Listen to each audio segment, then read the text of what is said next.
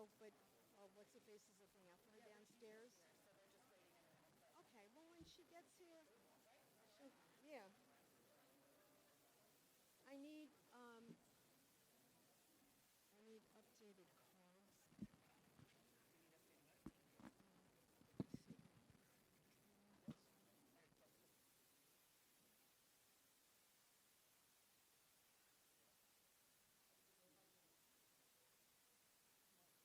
And you know what, Tracy.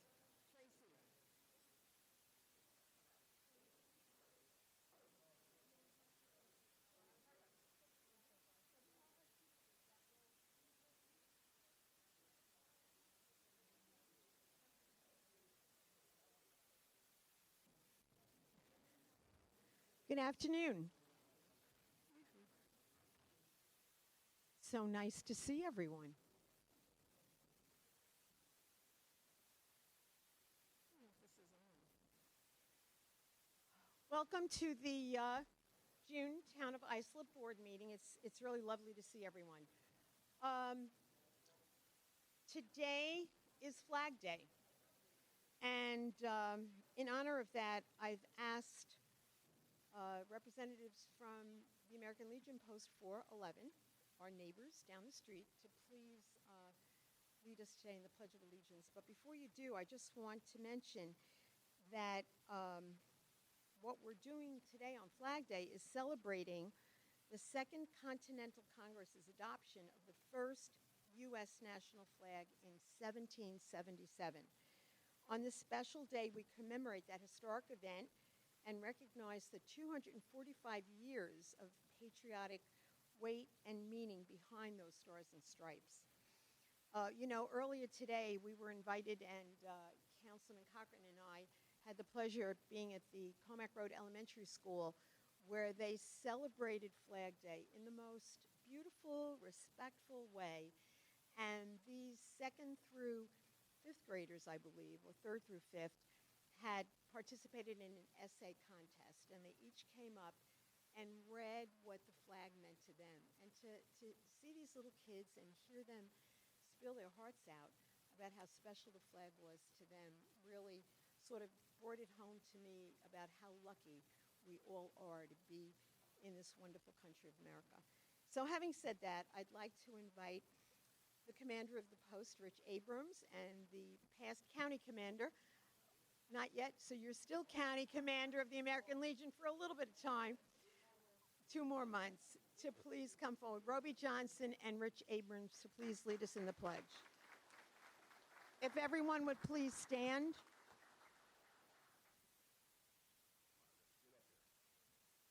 can still order them around. Right, those of you who can, obviously you're all standing in uniform. Please hand salute. Otherwise, put your hand over your heart. I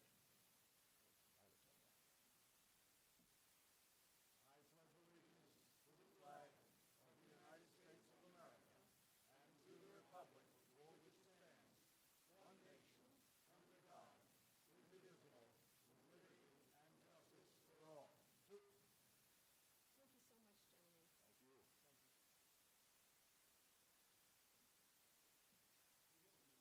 Thank you. And I spoke with the principal of Comac Road Elementary earlier, Jim Cameron, and he and his staff did a wonderful job. But we may have a special treat. One of the essay winners may share her essay with her later in the meeting. So stand by. So right now, we have the honor of being home to so many dedicated, civic-minded groups and individuals who devote so much of their time to serve our town. Each year, myself and members of the town board are invited to annual installation dinners held by our local fire departments, where members of their organizations are honored for diligent service to our community. Today, we have the opportunity, as we have been trying to do annually, although there was a little thing that got in the way for a couple of years with COVID, but we have the opportunity to honor those who have spent 50-plus years serving as volunteer firefighters within the communities that they love and live. We will recognize these firefighters in just a moment, but before we do, I would ask that we remember two great heroes from the town of Islip who unfortunately have recently passed away. One being the former chief of the Hoffpog Fire Department, Chief Stephen A. Ferran, who tragically lost his life Saturday drilling with the Suffolk Urban Search and Rescue Team, a line of duty death, and leaves two young children behind. And also former chief of the East Brentwood Fire Department, Ed Tully II, who served over 68 years as a volunteer in the fire service. And he was very instrumental in helping with the creation of the Islip Town Firefighters Museum. So if everyone would please just bow their heads in a moment of silence.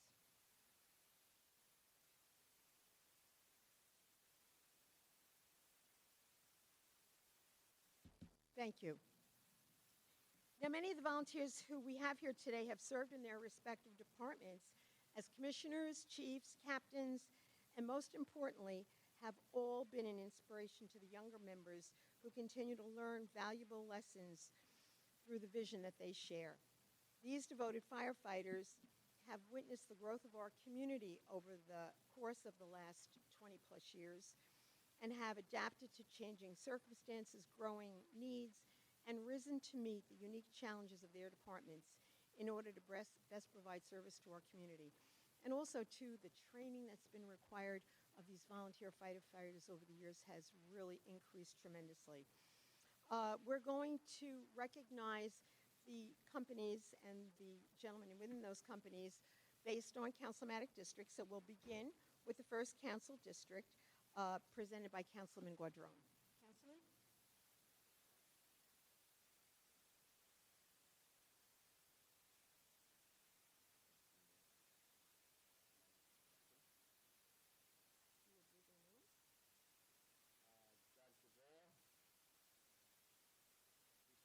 Jack, are you here?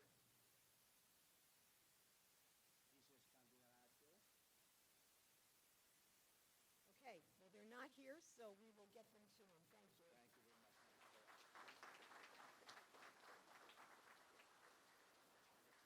So even though they're not here, we truly do recognize and appreciate all of their service. Next, I'd ask Councilman O'Connor if he would come and join us at the podium to recognize the 50-plus members from Council District Number 2.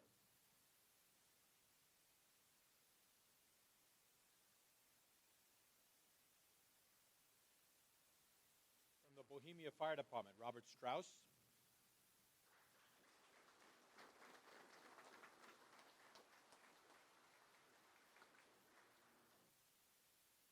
James Weigel.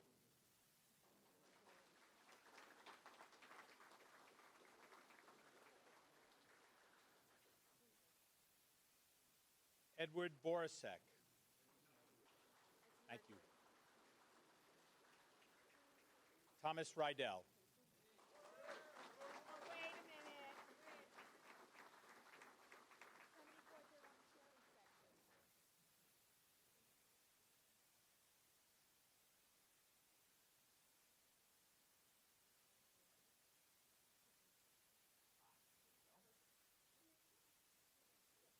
Oh, okay.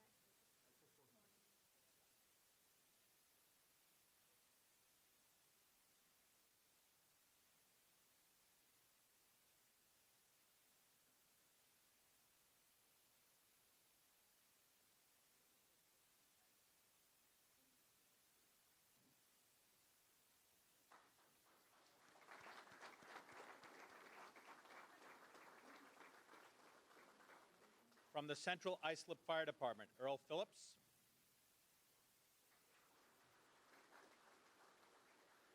And James Grimes.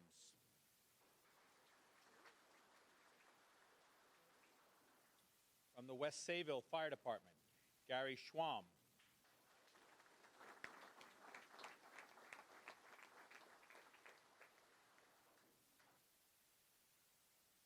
Scott Schrader.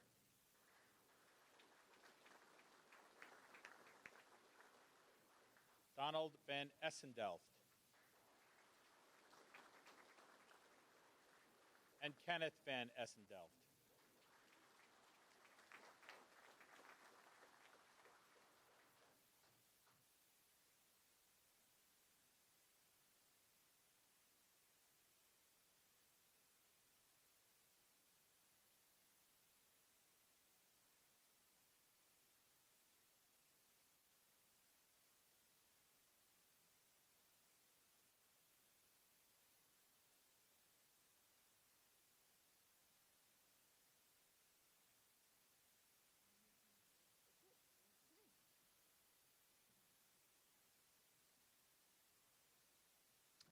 Okay, and next we go to the 3rd Council District, and that's Councilman John Cochran. Everybody sure? Sure at the moment?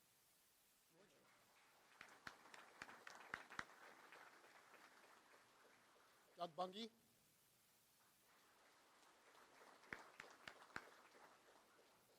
Daniel Holmes. Islip, Donna McKenna.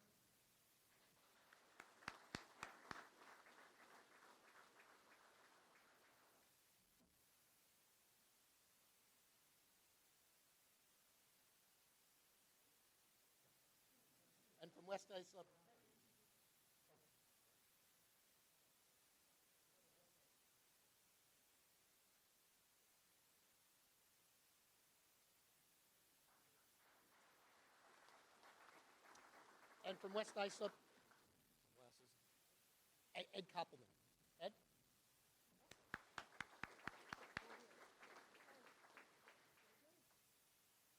And that takes us to the 4th Council District, Mary Kate Mullen. And we have Lakeland and Sayville. Thank you, Supervisor. So it's my pleasure to present these citations from the Lakeland Fire Department to Gregory Martin and Robert Power Sr.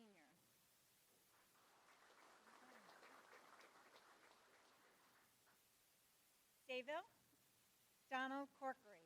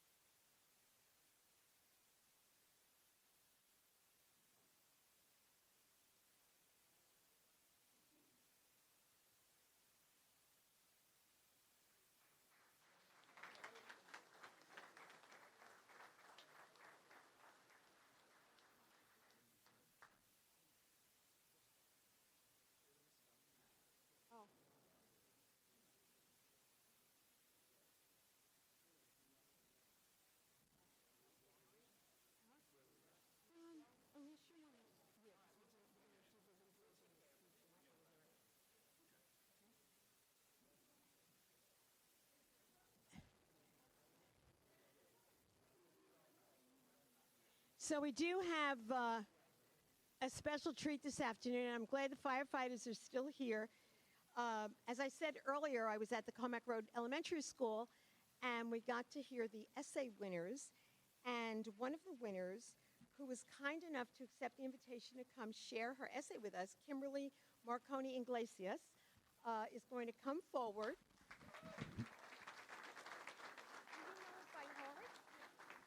She knows it by heart.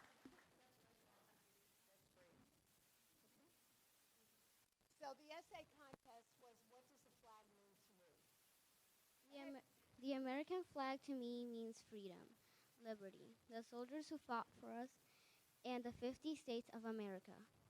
It also reminds me of fireworks exploding in the sky in the 4th of July. I can feel a fresh breeze when I look at it. I can taste blueberries, marshmallows, and strawberries when I see it. I can see the people celebrating our flag, and I can feel freedom calling to me.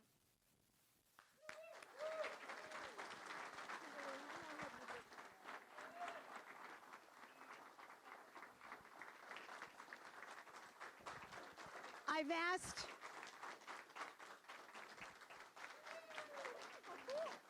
Everybody's standing.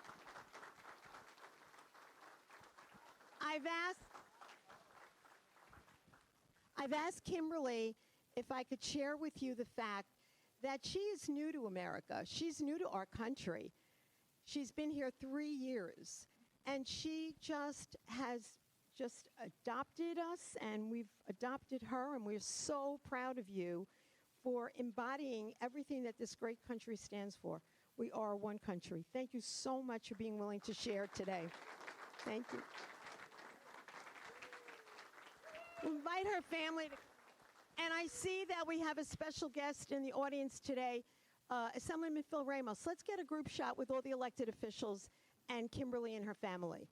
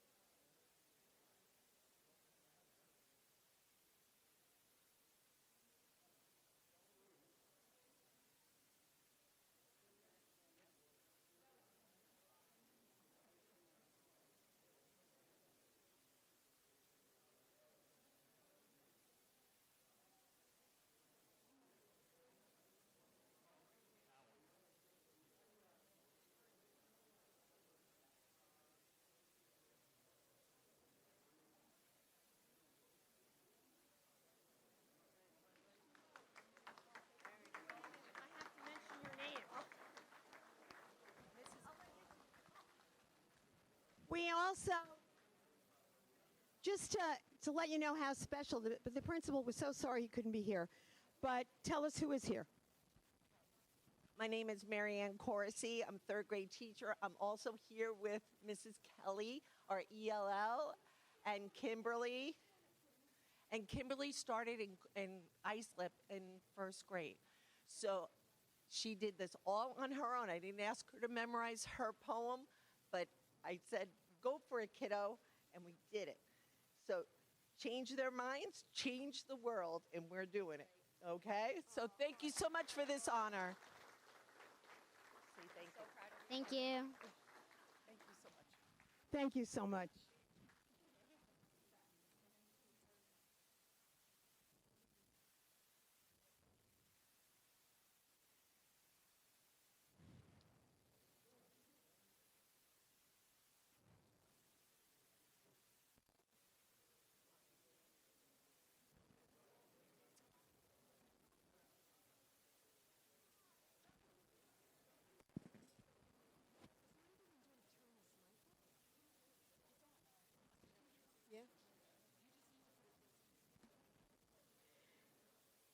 So again, thank you so much to Kimberly, to our firefighters, and we will move on to our sports team.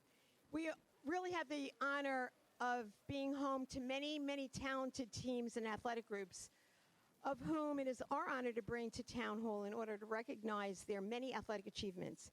Today, please join us in welcoming the East Islip Chiefs hockey team, hockey club.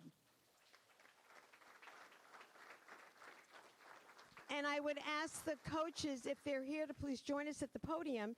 Head coach Joe Daddario, assistant coaches Chris Anatra, Tom Ivers, Anthony Mazzazito, and Eric Miklik.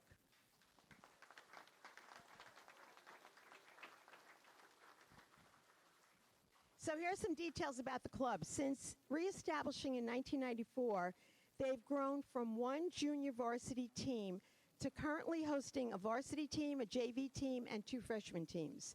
Back in 2004, the club began trips to compete at Lake Placid, and under the leadership of past coach Rod Parisi, they won 3 gold medals in various high school divisions. After a necessary hiatus caused by you-know-what, the 2022 team was finally able to return to Lake Placid this spring and are the very first in the club's history to have competed in the Tier 1 AAA division, the highest division for their age group.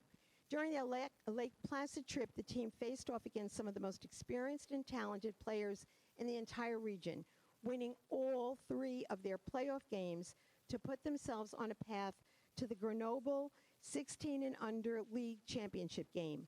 On April 3rd, 2022, the team again prevailed, defeating the Connecticut Mayhem in the finals by a score of 4-2 and claiming the gold medal. Please join me in congratulating the East Islip Ice Hockey Chiefs, gold medal winners of the CAN-AM Challenge Comp at the Olympic Center in Lake Placid. Team members, come on up.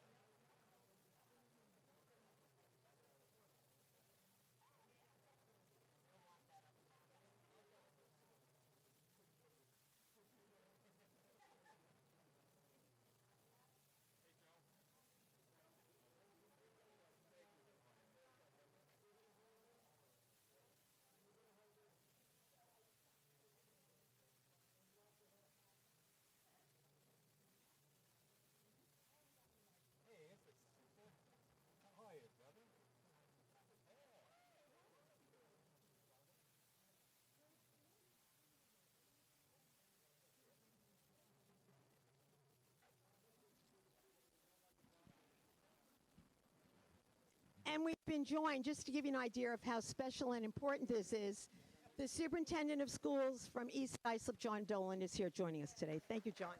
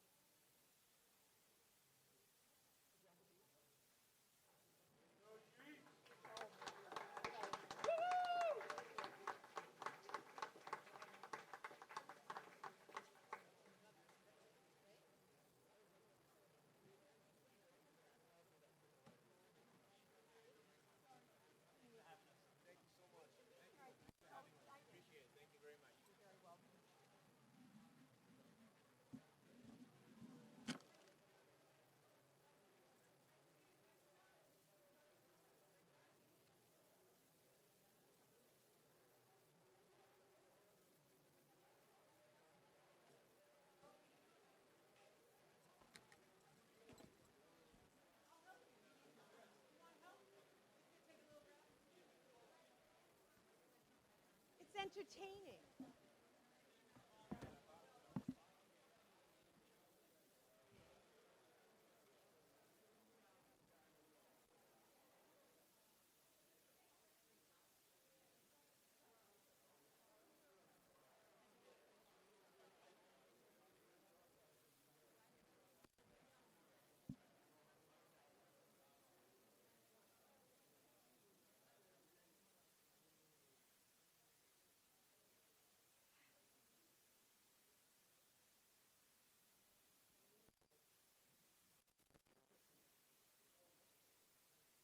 So welcome again. June certainly is a very busy month, and summer around the corner, graduations, ceremonies, parties, Father's Day. it's not just a busy month, but it's also a very important month as we prepare to celebrate loved ones under the many freedoms granted to us and represented by our flag, as we heard earlier about Flag Day. And let us not forget and never forget to recognize that freedom cannot be taken for granted. This coming Sunday, June 19th, is Juneteenth, the national holiday commemorating when the Union Army Major General Gordon Granger rode into Galveston, Texas on June 19th, 1865, and told slaves of their emancipation, more than 2 years after President Lincoln had issued the Emancipation Proclamation. Juneteenth marks the end of slavery in the United States and is the first federal holiday to be approved since Martin Luther King Jr. Day. For the first time in Islip's history, town offices will be closed in observance of this holiday. While long weekends in warm weather will surely be welcomed by all, let's not lose sight of the fight for equality and the significance of this holiday on the long road of challenges that our friends, neighbors, and fellow Americans have faced to gain this recognition. For our town is nothing if not for the wonderfully diverse people who call Islip their home. In the town of Islip, we are unified in our commitment to inclusivity and the celebration of all individuals. On that note, the month of June is also Pride Month, commemorating the Stonewall riots and the watershed moments leading to the LGBTQ rights movements.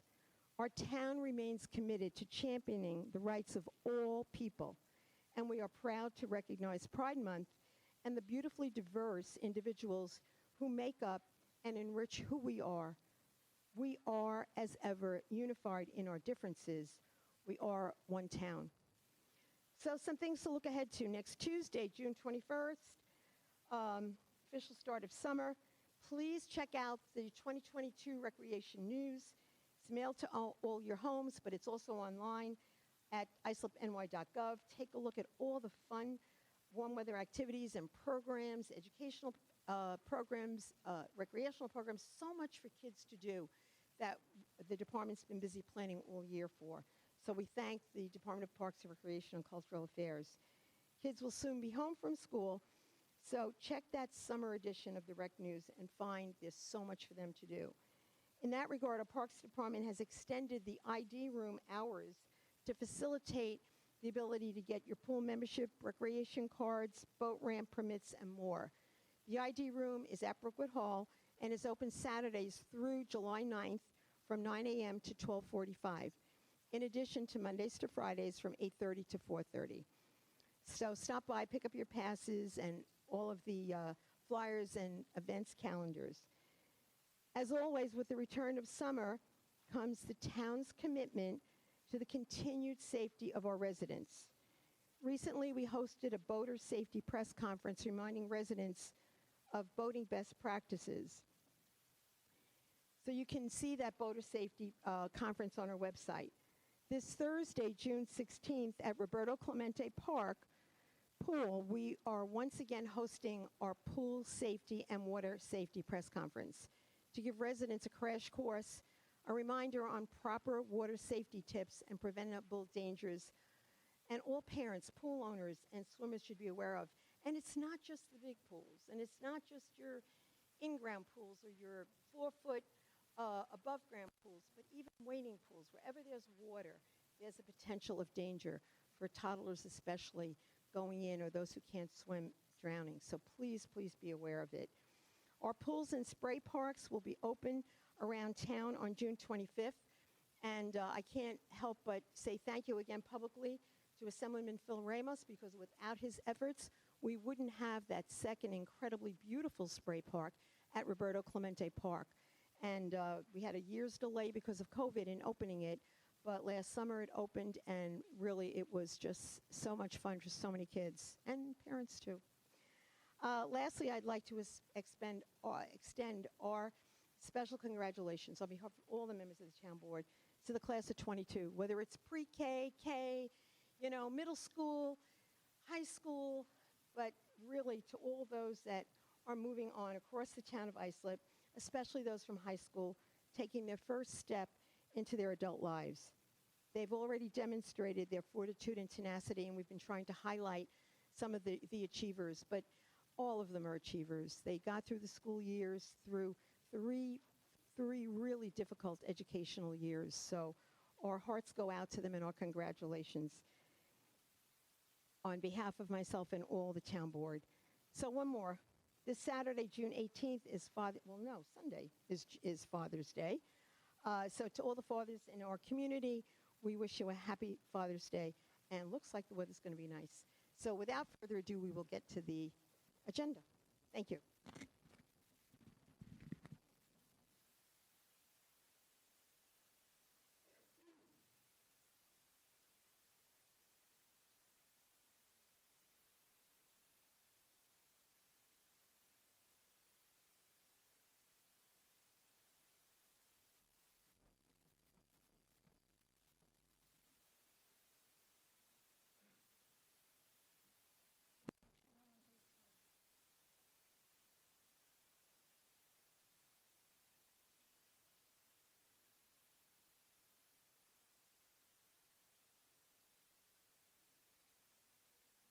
Of speakers today, and just to remind everyone, you have 3 minutes. I noticed that some of the speakers who have signed up have referred to the issue of the pride flag.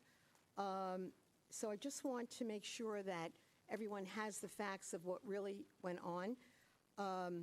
As you've heard, we all certainly celebrate Pride Month and the wonderful accomplishments and contributions to our community. Unfortunately, the issue that some might be referencing is not a reflection on the town's stance on any group within our community. There was reference made to a flag-raising event that was denied. It was not denied because permission was never requested rather. There are proper channels to have an event of any kind here in the town, and we just respectfully ask that everyone follow the process. And you can see later on there'll be a number of events that come before the town board for approval for events to be held across the town, all kinds of different events. So we are proud to be home to the only exclusive LGBTQ plus senior housing community on Long Island. It happened here in the town of Islip. For the most part, I don't think Councilman Guadron was with us at the time, but the rest of the members of this town board unanimously approved that particular project in our town, and we're very proud of it. So I thank everyone for reaching out. We need to always have open dialogue, but we also need to make sure we have the facts. So before we race to social media, pick up the phone and call. We'll be happy to answer your questions. So having said that, we will go to the speakers again, 3 minutes, and our first speaker is Alberto Melgar.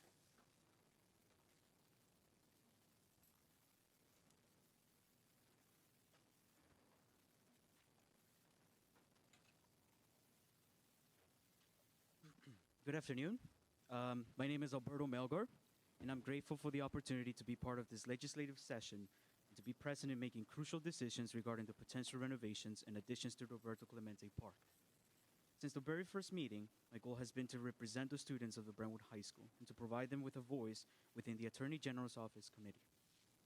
With the help of mentors like Hassan Ahmed and many teachers, Brentwood teachers, who supported our efforts, 1,100 students signed a petition agreeing that the funds acquired by the state's Attorney General's Office should be invested into the completion of a skate park.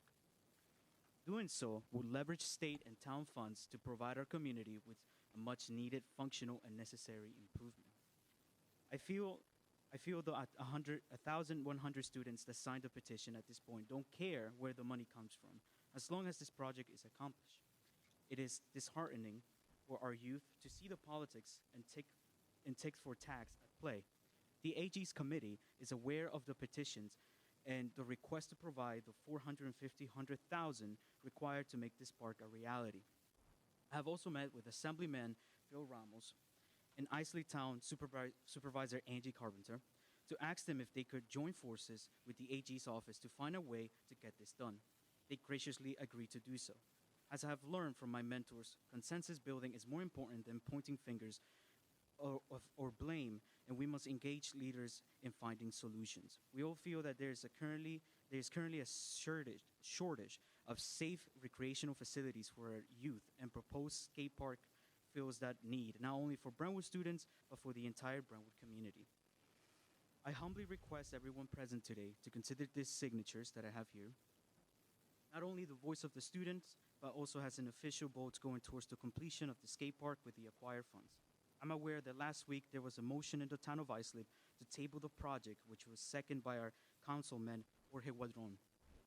We, the students at Brentwood High School, respectfully request that you revive this resolution and work to find a way to bring us the much-awaited and needed skate park. We anxiously await to see if either the AG's office, the town of Islip, or Assemblyman Phil Ramos can champion the securing of the $450,000 needed to break ground.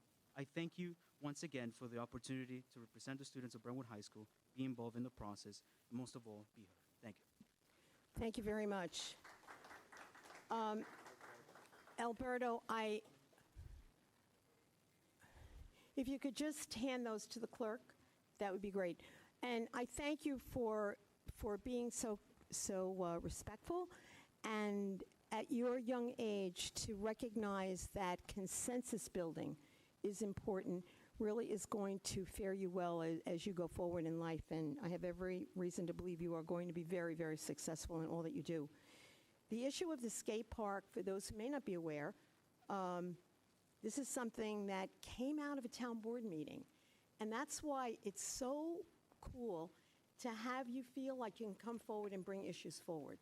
So there were a group of students that came forward, and they said they were chastising the town because we closed their skate park on Suffolk Avenue, the town skate park. And I'm like, well, we don't have a skate park on Suffolk Avenue. And it turned out what it was the old Liberty Plating brownfield site that had been abandoned, and students had gone in there and created their own skate park. And when the county released the property and said it was saleable, and the owners took over the property, they chased the kids away. So they came here thinking we had closed their skate park. So I agreed to meet with them and talk about building a skate park. And at the time, we were in the throes of rebuilding Clemente Park, getting rid of the dumping that had taken place there, opening up the swimming pool, finding out that it had deteriorated so it had been closed for like 6 or 7 years. And the town board made the commitment to invest probably about $5 million in rebuilding that pool. In fact, to date, just for everyone's information, $13.1 million have been spent on Roberto Clemente Park. And a good part of that by Assemblyman Ramos's grant for the spray park. And also, too, Assemblyman Ramos has made a commitment to help fund the skateboard park. And the town put about $450,000 into the skateboard park. So we went through the process, despite the fact that we had COVID for 2 years. We tried to move it along. We engaged a consultant to do the bid, because building a skate park isn't like paving a road that you do all the time. It's a little unique. So we engaged a consultant to prepare the necessary bid documents so that we could go out to bid, and that process, because of municipal rules, takes time. And we did go out to bid, and we found a competent, successful bidder, the low bidder. However, the low bid came in at $1.1 million because of the time, because of supply chain issues and everything that went on. What we had anticipated being about $700,000 to build a skate park wound up being over $1 million. So we had the resolution prepared in March, but unless you identify the funding, we could not pass the resolution. So we have been in communication with the State Attorney General's office, and I understand that Councilman Guadron got involved in the process and put a committee together about how the money should be spent from the state AG's office. There's a whole process that takes place, and I got some news today.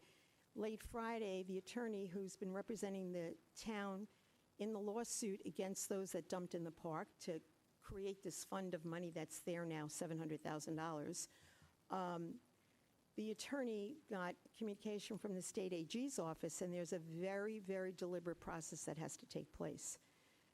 And at the end of the day, we need to spend the money first, and then they would reimburse us from that fund of money, which the attorneys are discussing and investigating now. So in the meantime, unless there's some, miracle that happens, we, at this point, are most likely going to have to table that resolution again today.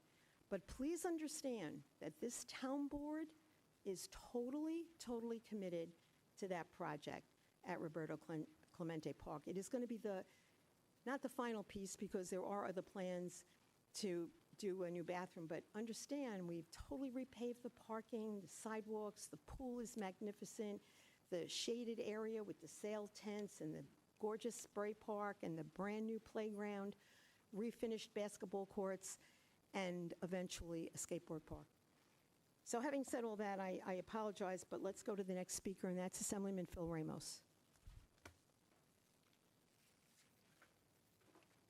Good afternoon, Madam Supervisor and my colleagues on the town board. Thank you for allowing me this opportunity to speak on an issue that is very important. As you say, there's a lot of interest of our working families in our community.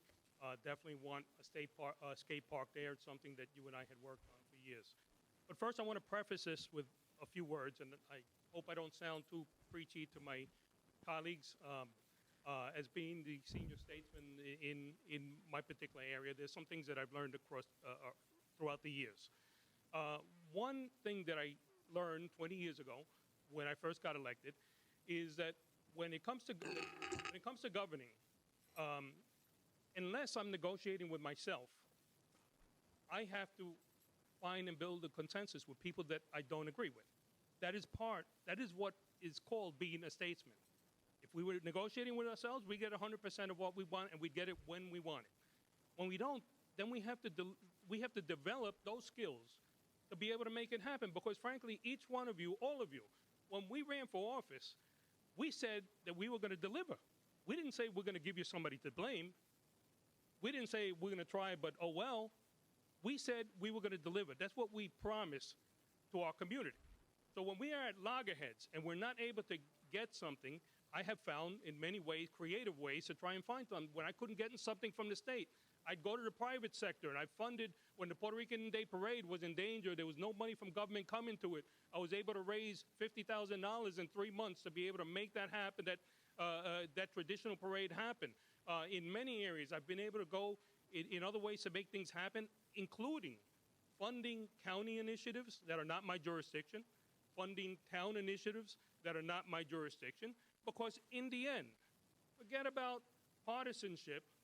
In the end, it's our job to deliver something for our community, not perpetually complain.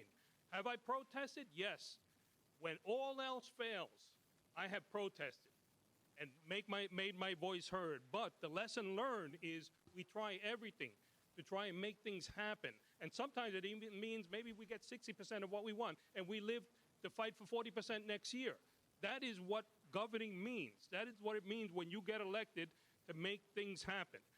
Now, fast forward to 20 years to now. This is my 20th year.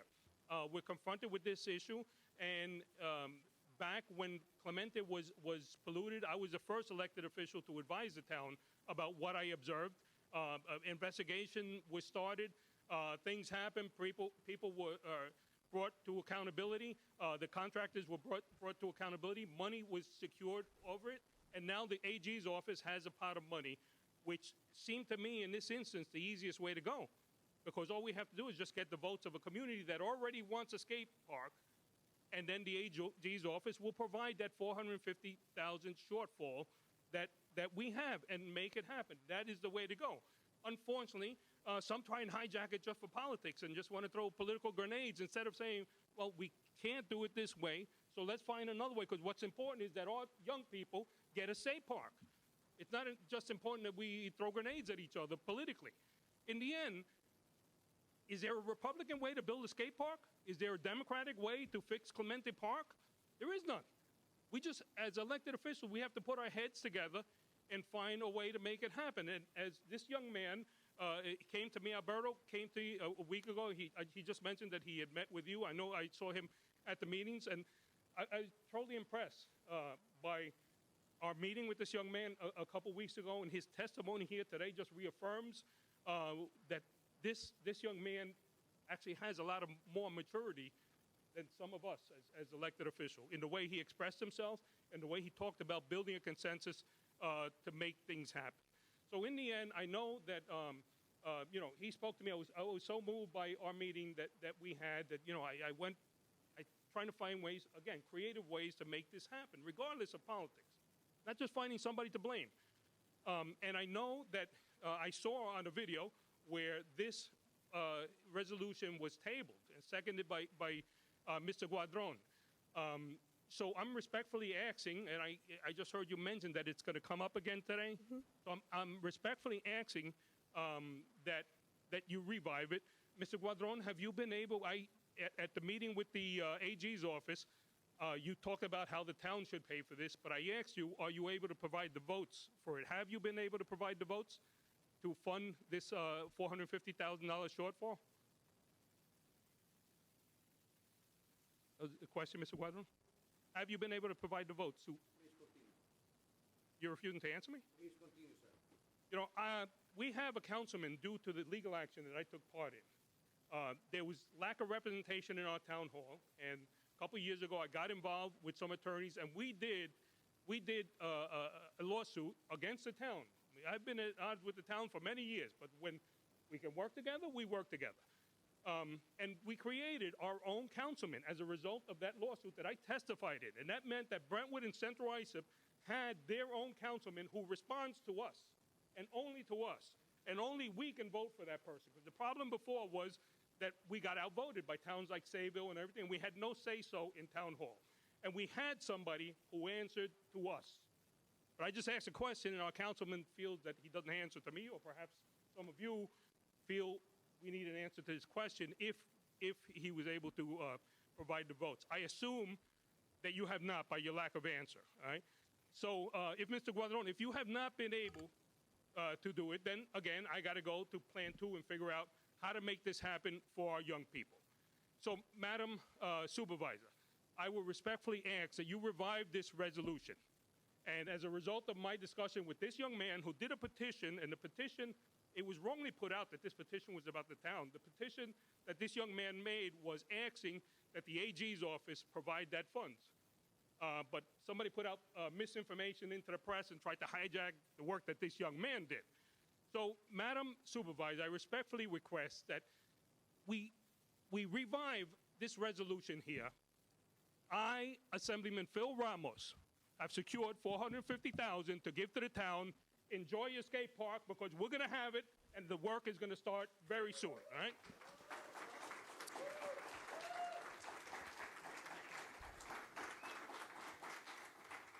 Well, that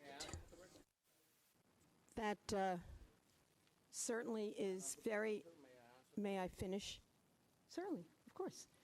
But let me just finish. That certainly is surprising but very, very welcome news. And Councilman Guadron? Yes, I had never been against a skate park, never. And when I second that resolution was because I didn't want to let it die. So we can have now another opportunity to vote for that resolution. I understand that the AG's office and that the group or committee that is voting for those projects at Roberto Clemente Park have agreed to include the skate park on those projects. So likelihood of that going approved is greatly. So I am for, and I will make a motion to approve that resolution today, because that's my understanding, and that's where the Attorney General's office is. And just to correct Assemblyman Ramos, it's not $450,000 that he has secured for the park. It's $250,000, which I thank you. Which I thank you, sir, because without that money, there will be no skate park. And we want that skate park for our youth. nobody more than you and I wants that. You know, the youth wants that. So All right, thank you, Councilman, but I do believe what I heard, there's a $450,000 delta between what we had secured, because we had $250,000 that Assemblyman Ramos had already secured, plus the money that the town was able to put together. But when the bids came in at $1.1 million, it left us with that 400 plus difference. So the thing with the AG's office, and I just have to take exception to you saying that this committee is likely to vote to approve it. To be honest with you, that really is meaningless, because there's no committee unless it's established by the town board. There's no vote to be taken, because let's remember, I made reference to the fact before that $13.1 million was spent at Roberto Clemente Park, and that money was spent and approved by all the taxpayers in the town of Islip. Not a committee, not the residents of Brentwood, but all the residents of the town of Islip. So I think at this point, I would like to make a motion to take Resolution 15 out of order and gratefully accept the commitment that the Assemblyman has made today for that gap of $450,000, so that we can finally move forward with the authorization that this calls for the supervisor to sign the contracts, because the contractor has been held in abeyance. We begged him to wait while we tried to secure the funding. They're coming from California. These are very specialized people that do this. So to everyone that helped get us here today, especially to Assemblyman Ramos, Alberto, all of you who did this in the right way, we just can't thank you enough. And I know I speak for Councilman Guadron. We all wanted to see the final piece for the park happen. So Second. I've made the motion. Do I have a second? Second. Motion and a second by Councilman Cochran. All those in favor? Aye. Opposed? It is approved unanimously, gratefully. Thank you.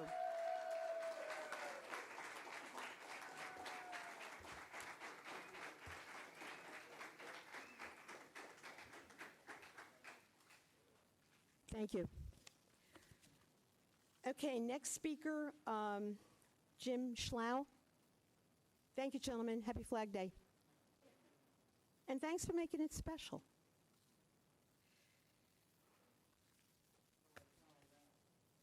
Right. You put me on a spot. You follow did it on purpose. respectfully. Jim Slough, 415 Cliff Street, Central Islip. Thanks for the parking space outside for the veterans. I appreciate that. Oh, And I thank saw Councilman your, Cochran and the rest of the town board that approved that. And I saw the Memorial Day ceremony for the veterans. It was very good. Somebody give thanks to the Hibernian singers who did Anchors Away. I remember that when I was in boot camp. I'm done with that. Now over to the facts. Could you just show her these pictures? I just wanted you to see what's going on here. You know, I never had to call the cops for many years until this neighborhood turned. I want those back. That's what happened to my yard. The neighbors sprayed them. I want those back because those are for court.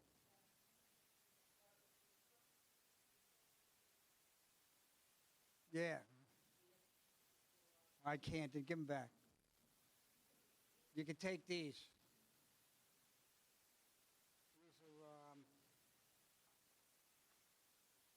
They tried to do something, but they failed. Clayton Street, they put up no parking signs. They totally ignored it. And I went to 2nd Avenue, and there's 2 pictures there. I saw a guy in a wheelchair, an elderly guy. I'm an elderly guy. Trying to make his way through the road. He's disabled. You know, I don't know. You got to make these streets one-way streets or something. They're so packed with cars. Now, at the last meeting, as a rebuttal, you said you can't wave a magic wand. You could help the police by doing something about these overcrowded houses. You know, I'm not going to live long enough to see it straightened out anyway, because it's beyond your control, and you know it. I wish that instead of all of these things you go to, the whole board would get in your cars and drive around here on a weekend, Central Islip, especially over there by 111 where Luco used to be. I was talking to myself in my Jeep when I was driving through there saying, I can't believe how far this place sank. But those who say we're trying to help other people, you put too many people in a lifeboat and the lifeboat sinks. And CI and Brentwood are sinking. I don't care what you say. Remember, I'm in my house, I'm quiet, I'm reading the Wall Street Journal, and I'm listening to these loud music all the time. I'm not in my backyard blasting a stereo that you can hear a mile away. Keep that in mind. I'm the victim, not them. The police sometimes make them out to be the victim, and so do you. And the police also tell me that it's getting worse all the time around here and you should really leave. That's all I got to say right now. Thank you.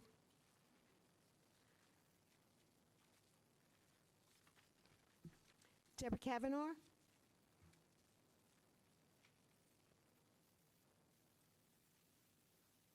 Good afternoon. Deb Kavanaugh, 21 Walnut Street, Central Islip, New York, President of the Central Islip Coalition of Good Neighbors. For some reason, the microphone just isn't loud enough today. If you could just talk right I'll into try it. talking Thank louder. you. Okay, I'm here to talk about the proposed laundromat that is going on Carlton Avenue across from the 7-Eleven. We realize that it's definitely going to go in. However, I do know that they need a parking relaxation code that the town board has to eventually vote on in a change of zone. And what we're asking is that you attach to the relaxation code for the parking a time limit in which the laundromat can be open.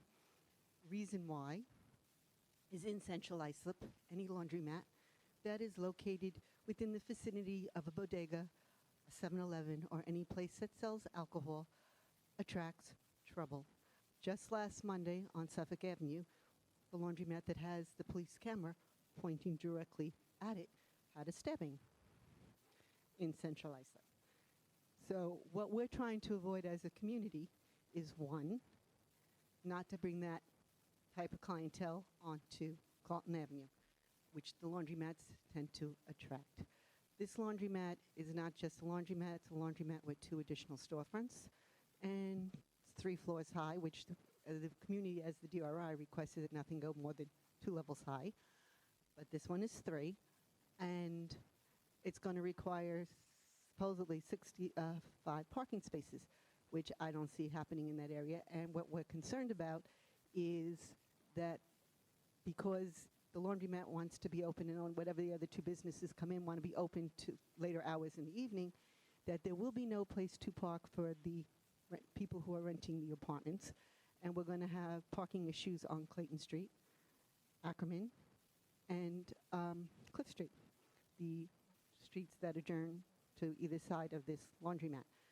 So as a community representative, we're just asking that if you do decide to give them the parking relaxation, which I'm sure you will, that you attach a time limit in which all the businesses can be open too, so that residents, when they come back in to park in the back parking lot so they can get into the apartments, actually have some place to park. And the one issue, I know when we did the DRI, that is a major issue in Central Islip. There is no parking on Carlton Avenue in Central Islip. That has been an issue from day one, and it was an issue when we discussed the DRI, which is why the community wanted nothing more than 2 levels high. Thank you very much. Thank you, Debbie. JR, to the issue of restricting the hours that the laundromat can operate, I know this is something that I've discussed with you a number of times, and it's my understanding that we would have to change town code, or that we're not permitted to do that, regulate hours. State law, it's regulated by the county. If there's an application before us, if we could tie it into the zoning, minimize some impacts based on the zoning, we could do that by covenant. Okay, then we'll remember that when it comes before us. A covenant that the applicant can agree to or not agree to, but if they choose to agree to it, that's their privilege. And ultimately, may want to do that in exchange for getting their application approved. That's correct. Thank you. Next speaker, Vincent Deckerick or DeCaris?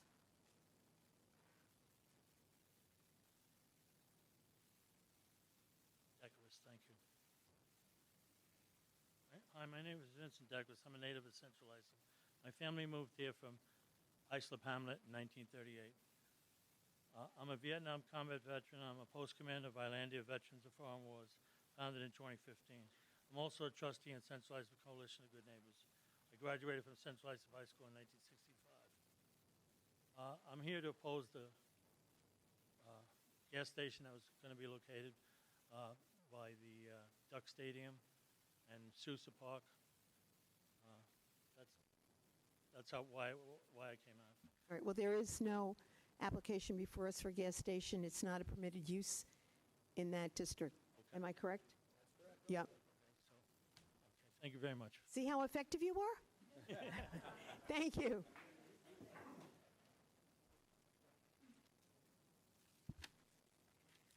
Pat Montanino.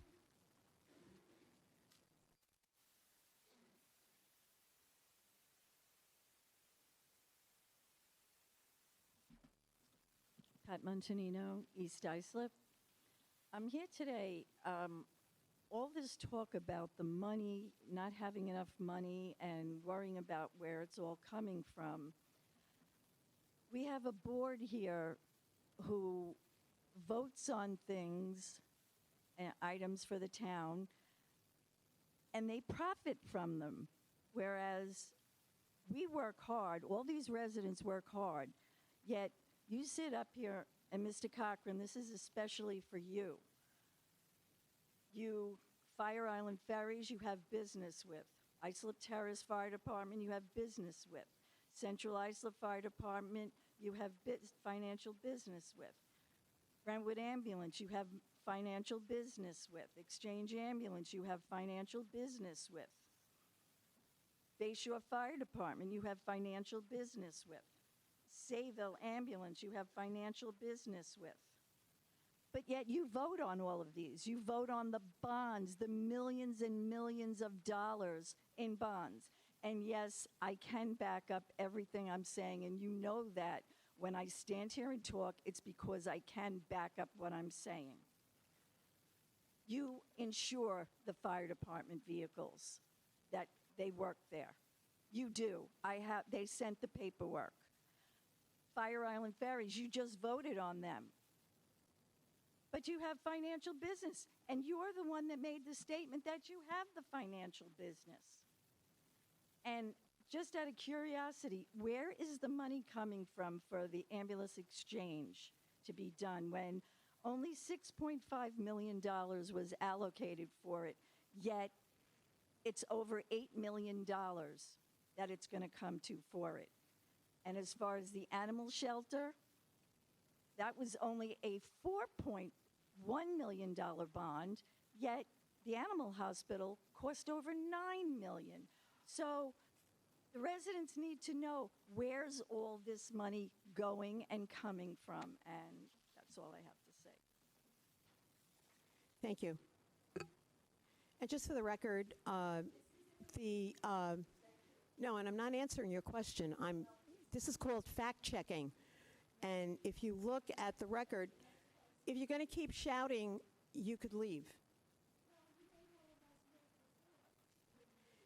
Just to straighten the record out, Councilman Cochran, on a regular basis, will recuse himself if there's any conflict or perceived conflict on any votes that come before him, as do the other members of the town board. Next speaker, John Tafe.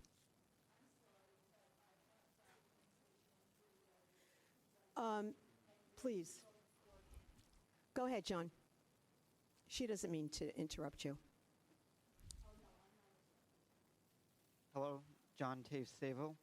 Today I would like to talk a little bit about zoning, planning, and Island Hills. First, I would like to thank Supervisor Carpenter, Councilman O'Connor, and Commissioner Dokenall, sorry if I said that wrong, for responding back to my letters.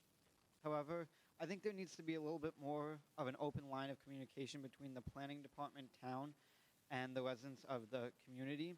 In the past 3 months, I've called the planning department numerous times trying to gain information on various plan projects or zone changes to no avail. In fact, during one phone call, I was told that there would be no one that would be able to get back to me till after a planning meeting. I found this statement disappointing, as it was 2 days before a planning meeting, and the reason was that the senior planners were too busy. This seems like a constant pattern to me, and one of great concern, because I feel that I'm less important than the developers in the planning department, or at least it seems that way. I would also like to highlight my concern with the changes to the zoning code, specifically the change in the PDD district to a maximum FAR as the unit density limit instead of units per acre for senior assisted living.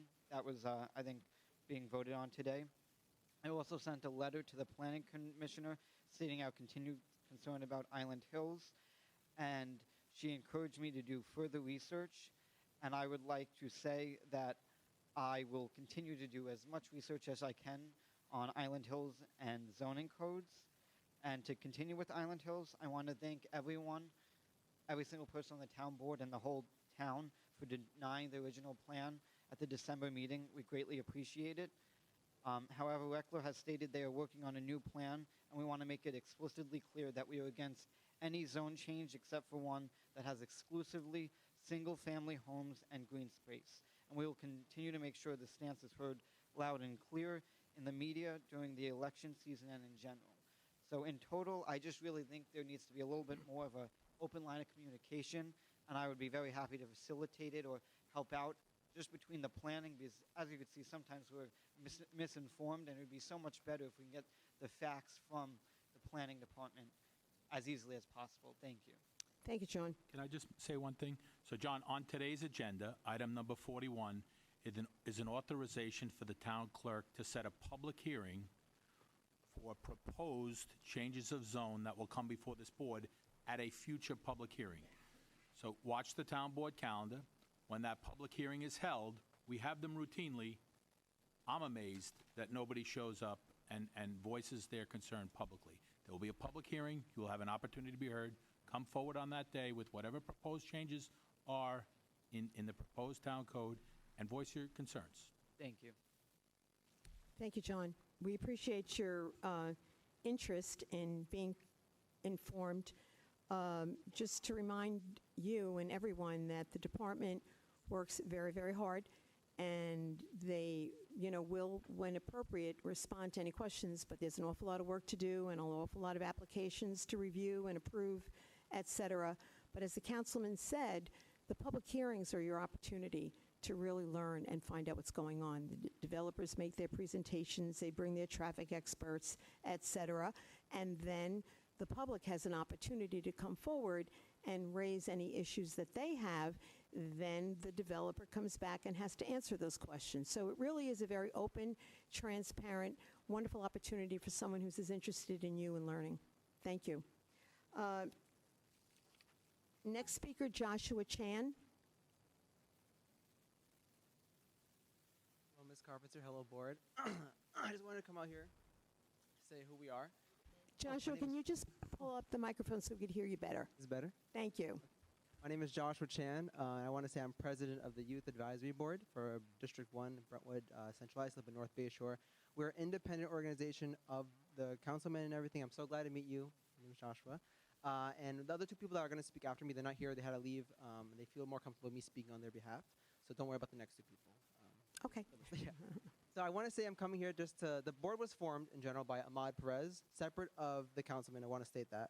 And we were formed to help bridge the gap between our Latino family that is hard for them to get civically engaged. And it's not anyone's fault. That's, they're different. They're scared to speak up, and that's on them, right?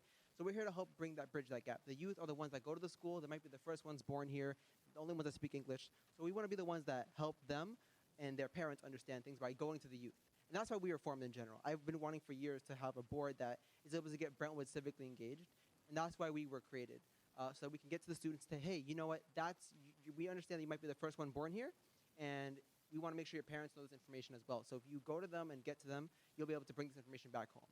That's why we're here, and we want to foster a dialogue between what we do here in our advisory board and what happens at the town level. So we do have a letter to have request a meeting if you would like to take it. We have one for every council person here. Sure. I can give it to you at the end, but I have a little more to say. I want to say, I think I don't want to apologize for anything, but I do want to say I do want to, going forward, to continue our dialogue between all of us. I think at the end of the day, we all want to talk about unity, and we will focus on unity. But at the end of the day, we are going to be the ones that help motivate the youth. You see the youth going out there for BLM, Pride Month, everything, all these social movements. We're the next generation. Gen Z will change the world. We're the ones that tackling depression, anxiety, and climate change. That's who we are. So, we want nothing stopping us, and we want to foster that dialogue and have you join that with us. Everyone here, of course. Perhaps one of the plans we're having is having a youth board at every single council district, so everyone knows here what their own youth want. And for us, one thing that we're focusing on was the park. Glad to see it's finally finished. Thank you for everyone who helped get that done. And we're glad to see that park get done. And I just want to say thank you so much for allowing me to speak and having now moving forward, we can have an open dialogue with everyone here. So that Brentwood, CI, Sayville, every part of the town has their youth in part of the process, just like this young man who spoke before. Thank you so much. Thank you, Joshua. And I'd encourage you to reach out to our youth board. We have a youth advisory board, and they're always looking for youth members, and it would be a wonderful opportunity, and you would network with the head of the Youth Bureau and the other adults that are working on youth issues, so it's a really good opportunity, and I certainly can empathize with how you feel because I, too, am a first-generation American. Next speaker, Jason, is he not wanting to speak? Okay. And Destiny also? Okay. Ken Kolodickney?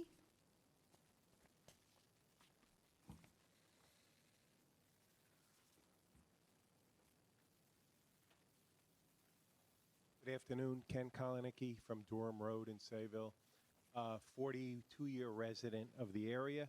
I live about 150 feet from the Island Hills project, and I just want to respectfully remind everyone up there that the Stop Island Hills group is still alive and well. It's been kind of quiet since their proposal was turned down, and we're alive and well. We're about 2,500 members, and everyone I speak to is not in favor of the project because of the over-urbanization of the area, the town, the environmental impacts, and our quality of life in a residential area involving building such a city amongst us. I just wanted to say that we're still out there and we're still opposed to the project. Thanks, Ken. Happy to see you. Next speaker, Kathy McConnell.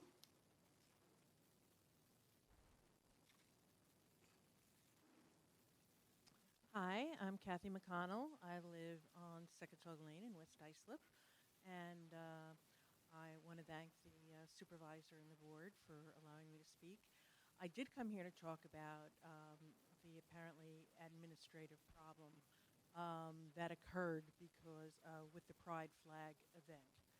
It is Flag Day, as we know. It was wonderful to hear that young girl speak about the importance of the flag to her. And it does mean freedom. The Pride flag also is a flag that means freedom, hard-fought freedom that a lot of people suffered for decades, centuries. And I think this country's made a turn that is so positive. And we see Pride celebrations everywhere. I mean, the Rangers have a Pride night. You know, the Yankees have a Pride night. Babylon has a parade, Huntington has a parade. And I'm glad to hear that the reason there was a problem with unveiling the Pride flag was just an administrative misunderstanding. And these things do happen. But I just want to say that the acceptance of this flag is really an acceptance. It's a flag of love and acceptance, and denying the ability to show this flag comes from a place of fear and hate and bigotry. And I would have been very sad to think that the town I lived in was a town that embraced those very negative values. I'm glad to hear it's a town that is embracing the values of unity and understands the richness of the diversity, especially since gay communities have been an economic engine for the town for many years because of the summer communities on Fire Island, which come through our towns. I'm delighted to have learned more about this, and I would like to make the suggestion that the town actually make some plans next year for some kind of pride event because of all the great things that the town has done. I mean, the Senior Citizen Center, I was aware of that, and I think that's a wonderful thing for, and that was really a need. So I'm very happy that the town was instrumental in getting that done. But why not have a pride event, you know, and an unveiling of the flag? I don't know if there would, the proper thing would be a parade or something else, but I think there should be an acknowledgement since everybody else acknowledges. I see my time is up. I just wanted to hand to you, my background, by the way, is as a wildlife biologist, and I studied animal behavior. And a really great book has just come out called Queer Ducks and Other Animals, The Natural World of Animal Sexuality, because so far there have been over 1,500 species that have been found to have homosexual, bisexual, transsexual relationships. There are even species that start out as one sex and then end up being another. It's a wild world out there for sexuality, and I'd like to pass that on to the supervisor and the board. It's very entertaining. It's written for the layman, and I think you would enjoy it and learn a lot. So. Thank you very much for coming down, Kathy, and I don't think any of us disagree with a lot of what you said today. On the agenda today, we have a resolution formally establishing or reestablishing what was the Anti-Bias Task Force into the Unity Council, just as an opportunity for us to bring all groups together and really unify the town, and that might be something that they want to think about doing. So thank you. Next speaker is Clarence O'Connor. Oh, there he is. Clarence O'Connor, 14 Fairway Court, Bayshore. I'm here with in regards to Southwood Ho Country Club, who since 2018 has been violating the Town of Islip's noise ordinance, Town Ordinance 35-4, Section B, subsection 3, which states noise from the operation of domestic equipment such as lawn or garden devices equipment, leaf blowers, etc., can only be used between the hours of 7 a.m. and 8 p.m., Monday through Saturday, 10 a.m. to 5 p.m. on Sundays. As per subsection B, this is regardless of the decibel level. So, as per the town code, it is illegal to run this equipment except within those hours. Since July of 2018, I've been putting in noise complaints to the Town of Islip Public Safety, and I have the police complaints to back it up. I got probably 25, 30 of them here. To back it up, regarding Southwood Ho Country Club, running mowers and blowers starting at 5 a.m. in the morning, at least 3 days a week, usually Monday, Wednesday, and Fridays, several times on Saturdays.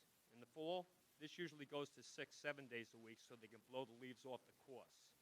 Every time I have called the public safety, I was told I must call Suffolk County Police, even though this is a town ordinance. As per the town dispatches, Suffolk County Police are supposed to enforce the code. I have come to find out that Suffolk County Police do not write tickets on this code, and there is obviously nothing they can do, as it is a town code and not a Suffolk County code. In speaking with the town dispatch, they refuse, and I repeat, refuse several times to send anyone out to enforce this code. Instead, as per town code, I need to go out and file an affidavit along with at least one of my neighbors and have them notarized, present to the town attorney, who will then decide if they will prosecute. If they decide to proceed, I and my neighbor must go to the court and fight this. This process could take months. So essentially, what the town has done is made the citizens responsible for enforcing the town code. If this is the case, we do not need town code enforcement, Town of Islip Public Safety, or park rangers. Why do we pay these employees if they will not enforce the code. Apparently, all they are glorified meetings to line the pockets of the town of Islip. Parking violations do not affect the quality of life of the residents. Issues like this do. The job of the town and elected officials is to preserve the quality of life of the residents. It is beyond my comprehension as to why the town refuses to send out an officer to, at a minimum, verify the resident's complaint, if not, to write a ticket to the offending party. The town wants to completely wash their hands of this by pushing it to Suffolk County Police. I cannot think of too many Thank other you. code violations that can affect the quality of life of the residents more than the noise violation. Thank you, Mr. O'Connor. Your time is up, but I would ask that you step out in the hall. The Commissioner of Public Safety is here, and perhaps he can go into this with you a little further as to why or why not they weren't dispatched when you requested them. Also, Thank we you. are in the process of amending our noise code, and I believe it should probably be before the board in August. So we'll have that public hearing held first. Yeah, well, the July it's meeting will gonna- probably authorize the town clerk to advertise, hold a public hearing in August. So it will make it easier for us to act on those complaints. The need for an affidavit by neighbors, correct? Is that what's being eliminated? Yeah. So it'll make it a lot easier to make those complaints and have them acted on.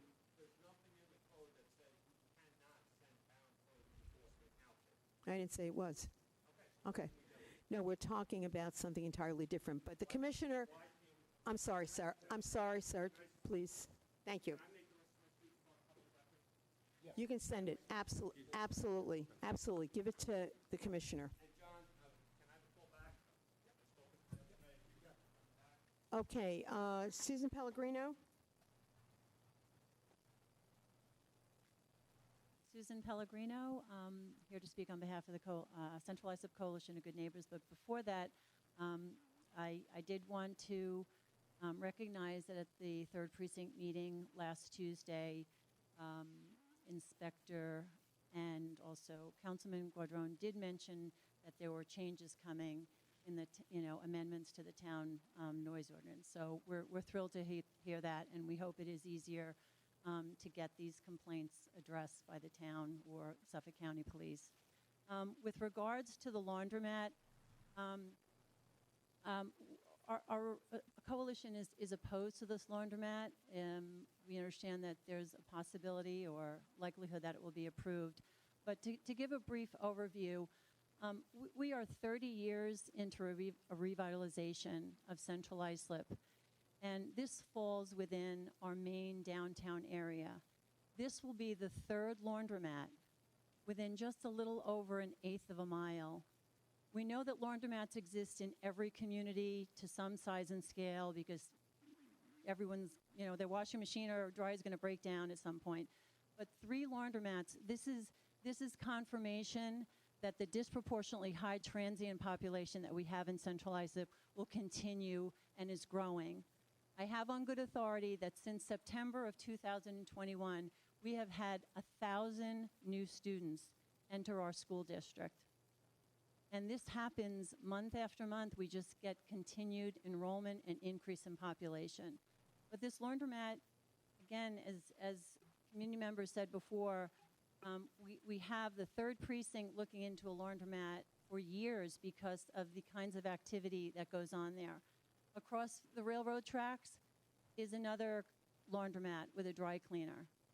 And it is just, it's heartbreaking to know that this is all we seem to attract. I mean, no other downtown revitalization, Bayshore, Patchogue, we know that these are different communities to some extent, Farmingdale, Westbury, no one has 3 laundromats in their downtown area. So I just really hope that you consider that and the future of our community. Thank you. Thank you. Wumi Green?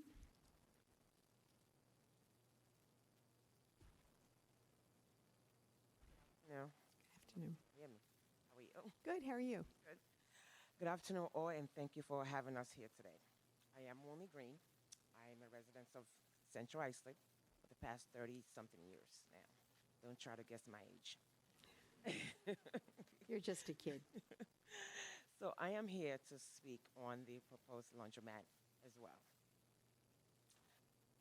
Central has been through so many issues, and laundromat is one of them. As we all know, laundromats brings negative elements to the community, especially in that area.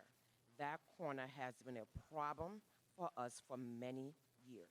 Thank God for the third person that helped us along the last 10, 15 years or so, because it's right across from 7-Eleven, which also attract drug dealing and prostitutions. So with the police department and the community watch that we formed, we were able to at least clear so we can have a peace of mind and be able to go to sleep at night because of the drug dealing and the prostitution that goes on right across the street from that area of that laundromat. So I was very sad to know that this laundromat will be there. I know there's nothing we can do about it now. I do appreciate you considering the parking relaxation code, but please, the hours of operation is very, very important to us. I live down the street from there, and I've lived there. I raised my children there. Yes, we did well, but that's not because it just happened by magic. That's because of so much work of parents put in, and not even letting your children go out there on the street to play or even go to the 7-Eleven. So it's really bad there. We live there, and we know what goes on there on a regular basis. So it is so important to us that we don't come back to where we were years ago and start all over again with the drug dealing and the prostitution. This is what happens. The other laundromat she was speaking about, she's very right. There's a camera there daily being watched by the police department every day because of all the drug dealing and the prostitution and the crimes that goes on. This is another one, and we just praying that, do we have to move now? You know, the entire block, you know, this is a community watch that we formed, and we did so well. Do we need to move? Because this is not going to happen again. So please consider something to be done. The hours of operation is so important. We appreciate you. We thank you. We thank you for your service. Thank you. Thank you. Next speaker, Leanne Bards.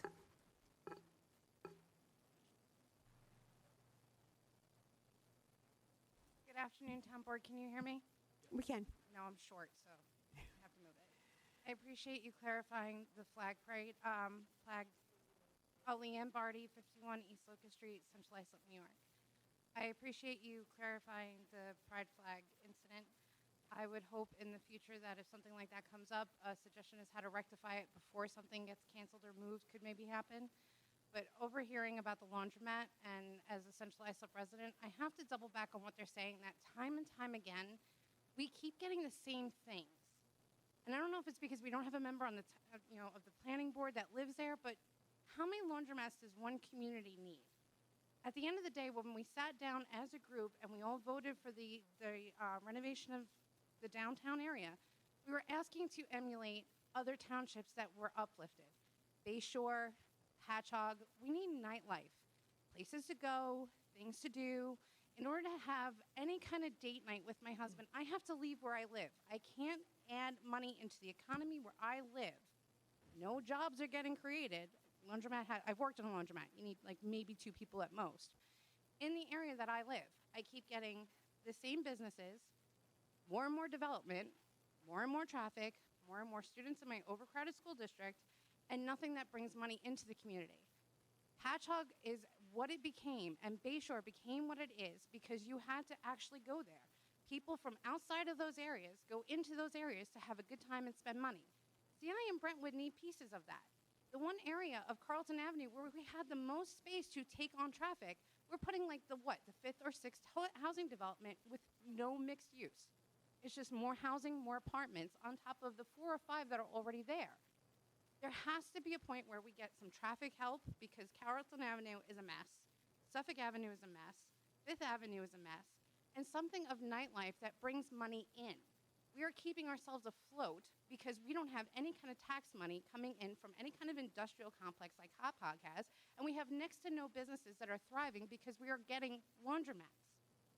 At some point, we have to deviate from the usual script that gets assigned to CI and Brentwood if it's ever going to change the narrative and the direction it's headed.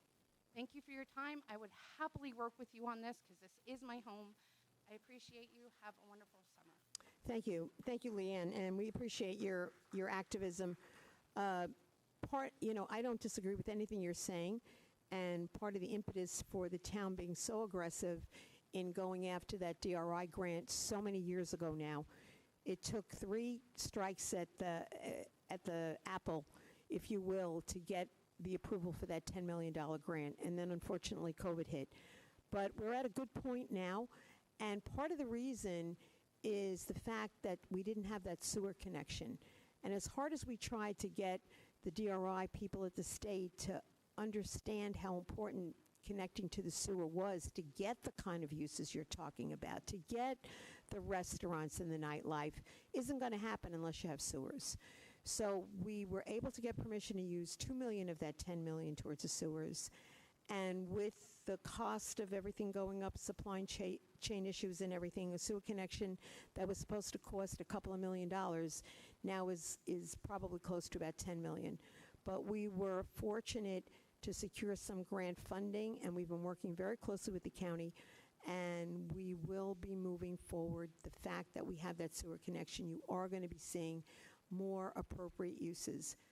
We have a new planning commissioner who is very, very bright when it comes to kind of visioning the kinds of things that we can do there, and just stay tuned. It is going to get better. Next speaker is Desiree Thomas.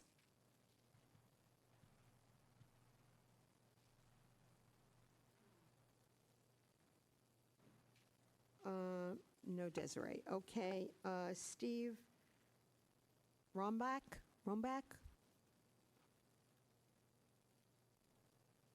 I wish to address the town council. On my parents' property, I'm storing some bicycles and stuff, and apparently my neighbor next door to me has been complaining to the town. In fact, they've been actually trying to push me around a little bit. My grass grows a little too long and stuff. So things take time to get fixed, lawnmowers and stuff, when you first go to use them, or even during the course of the year, they can break.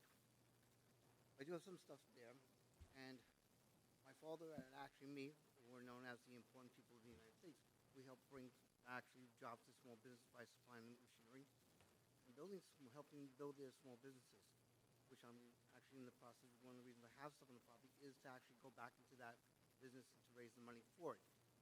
And my father actually from last year, unfortunately, had a stroke and actually had a brain tumor. He just recently died. My mother is mentally incompetent, and so I can get no help with the house from either parent at the moment. What I'd like is the town board issued in order to have the property cleared out. I'd like that vacated for the time being. I need time to actually work on. I am actually cleaning the property up. I am working on it. It's just going to take time. I know my neighbors will allow me to do something the town won't allow me to do, probably, as I can put up a structure to put things in, bigger than what the town's code is for the time being. But that's the way I can handle that, and I know the neighbors like to overly complain, which they shouldn't be, as well. And actually, even I've also told actually the town council that, the attorneys, about this, because it relates to national security, it relates to jobs, it relates to the entire town structure, the tax structure of the town, everything the town does. It needs small businesses, it needs manufacturing. If we don't have that, we don't have a town anymore or a country. Thank you for your time. Thank you, sir. That is it. May I have a motion to close the public hearing? I'm sorry. Oh, I'm so sorry. Someone, yeah, certainly come forward. After what you did today, absolutely you have permission to come forward.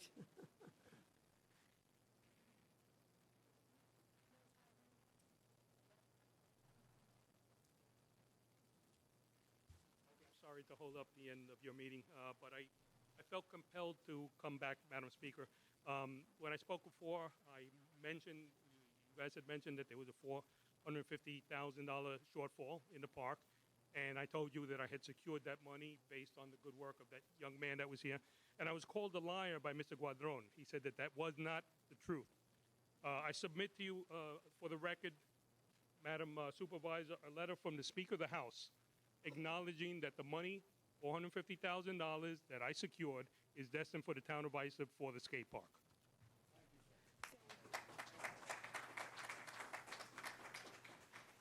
And thank you for clarifying. Thank you very much, and I hope my words were heeded as far as being effective and keeping politics out of delivering for our community. Thank you. Thank you so much. Thank you.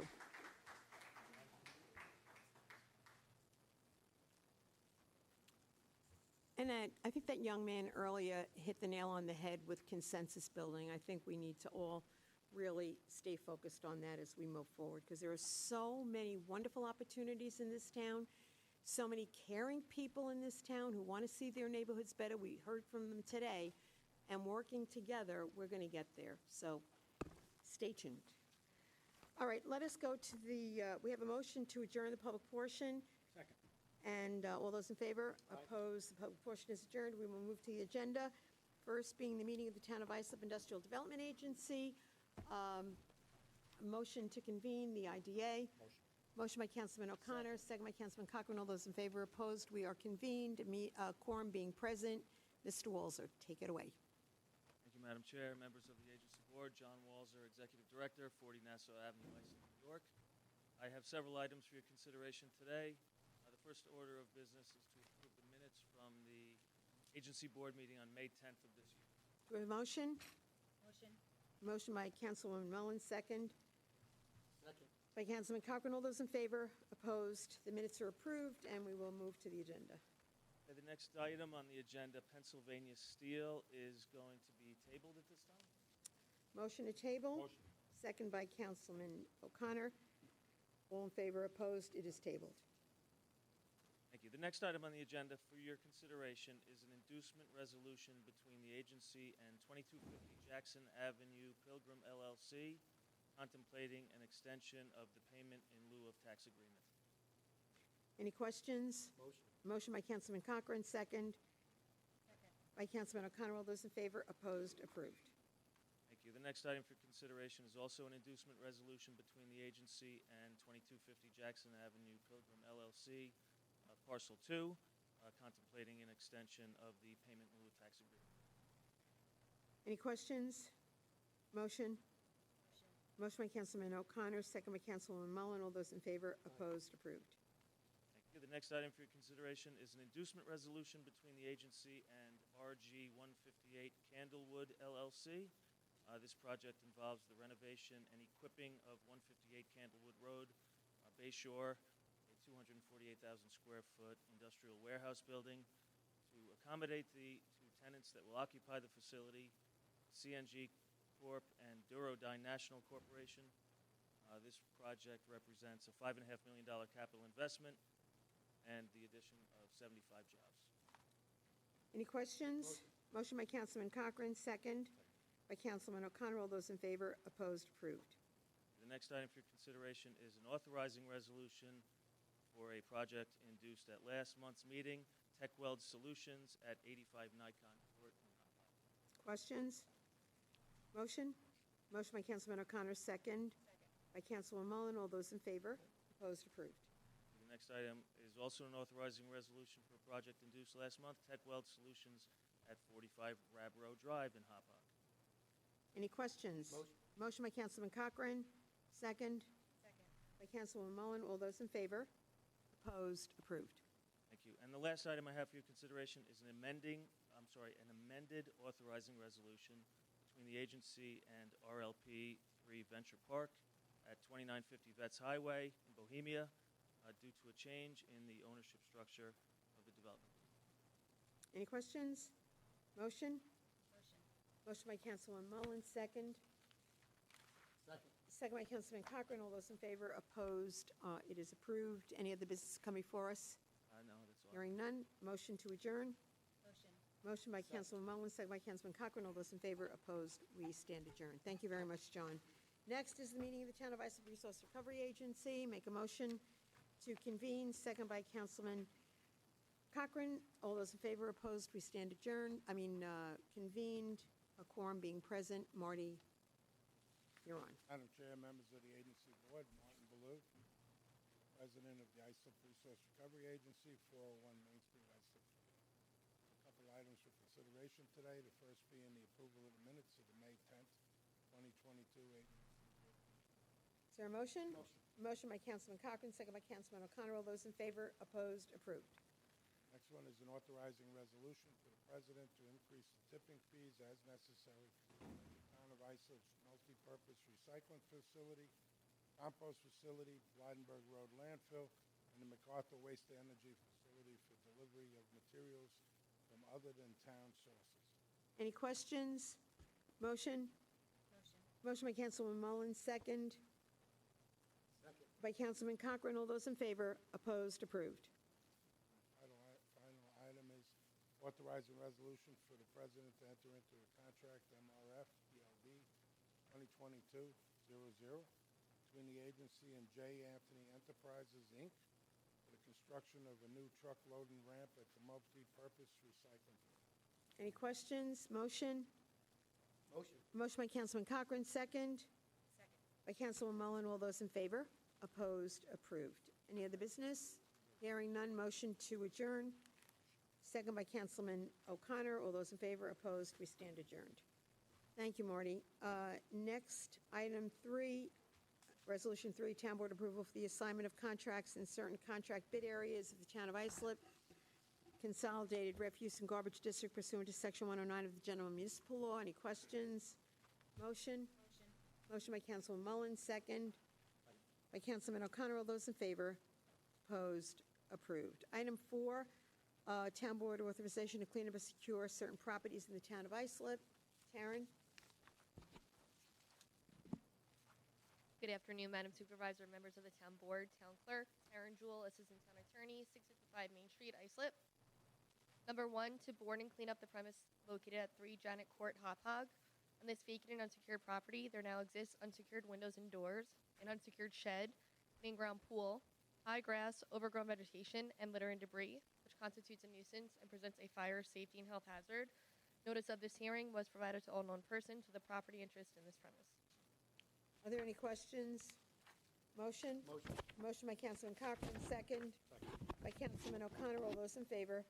Opposed? Approved. Number 2, to board and clean up the premises located at 16 East Beach Street in Central Islip. On this vacant and unsecured property, there now exists high grass, overgrown vegetation, and litter and debris, which constitutes a nuisance and presents a fire, safety, and health hazard. Notice of this hearing was provided to all known persons with a property interest in this premise. I'd also like to say that it was on for board and clean, but from the pictures you can see that they did secure the property, so we're only going to act on the cleanup part of the resolution. Okay, very good. Any questions? Motion. Motion by Councilman O'Connor, second. By Councilman Mullen. All those in favor? Opposed? Approved. Number 3 has been withdrawn, as it is now in compliance. Number 4, to board and clean up the premises located at 100 Elixa Avenue, Bayshore. On this vacant and unsecured property, there now exists unsecured windows and doors, 2 additional unsecured structures, high grass, overgrown vegetation, and litter and debris, which constitutes a nuisance and presents a fire, safety, and health hazard. Notice of this hearing was provided to all known persons with a property interest in this premise. Motion by Councilman Cochran, second. By Councilman Mullen. All those in favor? Opposed? Approved. Number 5, to board and clean up the premises located at 1140 Udall Road, Bayshore. On this vacant and unsecured property, there now exists unsecured windows and doors, an unsecured detached garage, high grass, overgrown vegetation, and litter and debris, which constitutes a nuisance and presents a fire, safety, and health hazard. Notice of this hearing was provided to all known persons with a property interest in this premise. Any questions? Motion? Motion by Councilman Mullen, second. Second by Councilman Guardone. All those in favor? Opposed? It is approved. Thank you. Thank you very much, Taryn. We'll move then to number 5, appropriation transfers. Are there any question on the transfers? Motion by Councilman Cochran, second. Second. By Councilman Mullen. All those in favor? Opposed? Approved. Item 6, authorization for supervisor to enter into agreement with Signature Bank as an authorized depository of the Town of Islip for 2022. Any questions? Motion? By Councilman O'Connor, second by Councilman Guardone. All those in favor? Opposed? Approved. Item 7, Town Board approvals to utilize grant funds established by the American Rescue Plan Act, ARPA, for the purchase of patrol bikes and related equipment to aid public safety in performing patrols in areas that are inaccessible by automobiles. Any questions? Hearing none. Motion by Councilman Cochran, second by Councilman O'Connor. All those in favor? Opposed? Approved. Item 8, bid awards. Any questions on any of the bids? We'll review them. Motion? Motion by Councilman Mullen, second by Councilman O'Connor. All those in favor, opposed, approved. Item 9 are the option year resolutions. Any questions? I'll make that motion. Is there a second? Second by Councilman Cochran. All those in favor, opposed, approved. Item 10, Town Board approval for the addition and removal of several employees' access as authorized users to the town-wide charge card policy. Any questions? Motion? Motion by Councilman O'Connor, second by Councilman Guadrone. All those in favor, opposed, approved. Item 12, acceptance of the dedication of Woods Edge Court Hop Hog as a public roadway. Oh, I'm sorry. Yes, I did. Let's go back to 11, authorization for the supervisor to enter into an agreement with Diverse Skill Training to provide a flag football league at the East Islip Marina and Chicago Park. Questions? Motion. Motion by Councilman Cochran, second by Councilman Mullen. All those in favor? Opposed? Approved. Item 12, acceptance of the dedication of Woods Edge Court Hop Hog as a public roadway. Any questions? Motion? By Councilman Mullen, second by Councilman Cochran. All those in favor? Opposed? Approved. Item 13, acceptance of a donation of 123 youth tennis rackets for Mr. Corey Arnold and Mr. Jim Townsend with the intent to be utilized in various Town of Islip sport and recreation program. Grateful for their donation. Do I have a motion by Councilman O'Connor, second by Councilman Cochran? All those in favor are two tennis buffs. All those in favor, opposed, approved. Item 14, acceptance of a monetary donation from Catholic Health Good Samaritan Hospital to sponsor the Town of Islip's 2022 entertainment series that includes our drive-in movies and 4 outdoor concerts. We're very grateful for their support. I'll make that motion. Is there a second? Second by Councilman Mullen. All those in favor, opposed, approved. And make sure you take advantage of that. It's great summer evenings. Item 16, authorization for the supervisor to execute an easement in favor of LIPA to expand their underground electrical grid within a portion of the Town of Islip DPW yard located at 295 Carlton Avenue, CI. Any questions? Motion? Motion by Councilman O'Connor, second. Second by Councilman Guadrone. All those in favor, opposed, approved. Item 17, authorization with the supervisor to execute a professional services agreement with H2M Architects and Engineers for design and construction management services for the DPW portion of 100 Carlton Avenue, East Islip. Any questions? Motion? Motion by Councilman Mullen, second by Councilman O'Connor. All those in favor, opposed, approved. Item 18, authorization for the supervisor to execute an amendment to the professional service agreement with R&M Engineering for design and construction management services for connection of sewage collection facilities at Lexington Village condominiums to the Southwest Sewer District. Any questions? Motion by Councilman Cochran, second by Councilman Mullen. All those in favor, opposed, approved. 19, authorization for supervisor to execute an agreement with eScreen, Inc. to provide drug and alcohol testing for the Town of Islip. Any questions? Motion?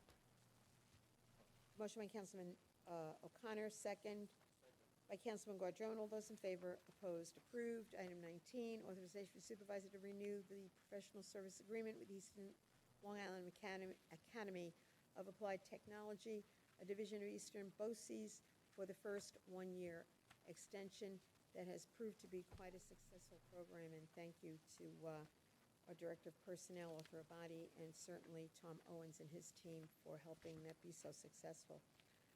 Motion? By Councilman Mullen, second by Councilman Cochran. All those in favor?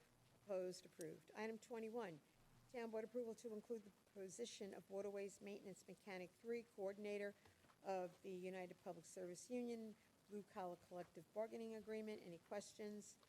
Motion by Councilman Cochran, second by Councilman Mullen. All those in favor? Approved. Seconded is approved. Next item are the special events, and you can see we have quite a collection of things, including barbecues and chamber events and runs, etc. Any questions? Hearing none. Motion? Motion by Councilman O'Connor, second by Councilman Guadrone. All those in favor? Opposed? Approved. Item 23, Town Board approval to amend the town's administrative procedures manual, leaving leave Section 301 reflect changes to the law, leave policies, and provisions in the town's collective bargaining agreement. Are there any questions? Hearing none. Motion by Councilman Cochran, second. Second. By Councilman Mullen. All those in favor, opposed, approved. Item 24, authorization for supervisor to execute an easement modifying that certain drainage and access easement recorded with the county clerk on February 22nd, 2006, over a certain town parcel for the benefit of 1st Avenue, Bay Shore, to eliminate the drainage use and provide for fire access and parking. Are there any questions? Hearing none. Motion. Motion by Councilman Mullen, second by Councilman Cochran. All those in favor, opposed, approved. Item 25, Town Board consent to the assignment of the license agreement with JP Supreme Caterers, Inc., granting licensee a license to operate a fuel dock, snack shack, and restaurant at the eastern terminus of the Bay Shore Marina. Any questions? Hearing none. Motion. Motion by Councilman Cochran, second by Councilman O'Connor. All those in favor, opposed, approved. Item 26, authorization for supervisor enter into an agreement with H2O Limo, Inc. to utilize town-designated pickup and drop-off areas at various Town of Islip Marina and docking facilities for the operation of its water taxi service, and that is just for specified spots. Are there any questions? Motion by Councilman Cochran, second by Councilman Gardron. All those in favor, opposed, approved. Item 27 of the bond resolutions, and we have a number of them, and they will require a roll call vote.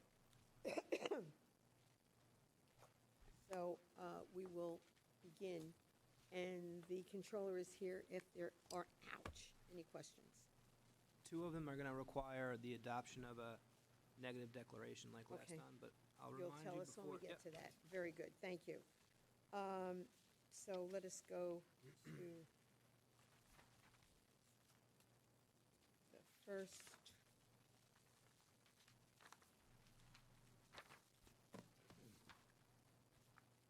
I don't have a list of them in front of me.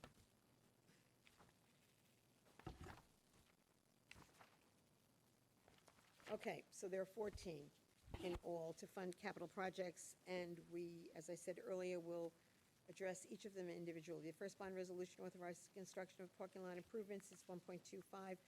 Are there any questions? Hearing none, I'll entertain a motion. Madam Clerk, roll call. First, we have to do the motion. Motion. Second. We have a motion and a second. Please call the roll. Aye.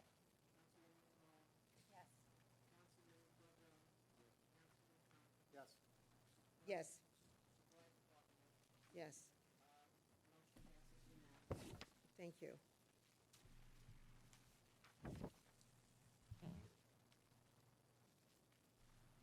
Next is, the second resolution is for the construction of asphalt improvements, $250,000. Any questions? Hearing none. Motion. Motion. Motion by Councilman Mullen, second by Councilman Cochran. All those in favor, roll call, please. Yes.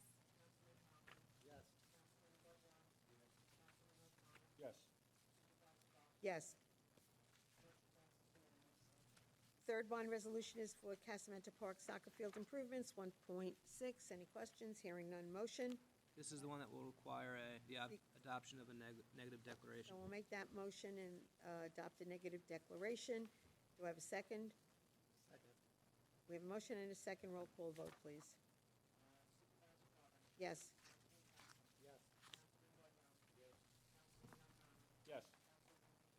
Yes. Thank you.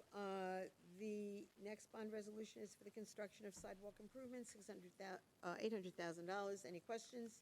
Hearing none. Motion. Motion. Motion by Councilman Cochran, second. Second. By Councilman O'Connor. All those in favor? Roll call vote, please. Yes. Yes. Yes. Yes. Fifth bond resolution is the construction of drainage improvements, very well needed. $2 million. Motion. Motion. Motion by Councilman Mullen, second. Second. By Councilman Cochran. Roll call vote. Yes. Yes. Yes. Yes. Yes. Sixth bond resolution is for construction of improvements to town facilities, 1.65. Any questions? Hearing none. Motion. Motion. Motion by Councilman Mullen, second. Second. By Councilman O'Connor. All those in favor, roll call vote. Yes. Yes. Yes. Yes. Yes. Seventh bond resolution is construction of various improvements at Byron Lake Park, 11.5. Any questions? This will also require the adoption of the neg deck. I'll Make a that. motion.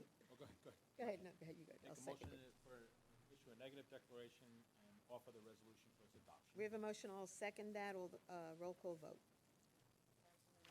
Yes. Yes. Yes.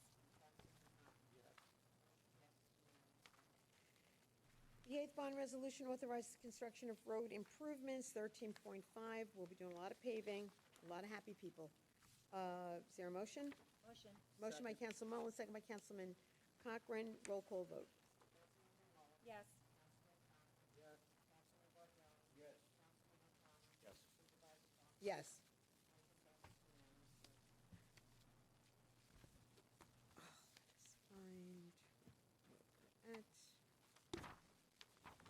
Okay, the ninth bond resolution authorized the construction of athletic facility improvements, 700,000. Any questions? Hearing none. Motion? Motion. Motion by Councilman Cochran, second. Second by Councilman O'Connor. Roll call. Yes. Yes. Yes. Yes. Yes.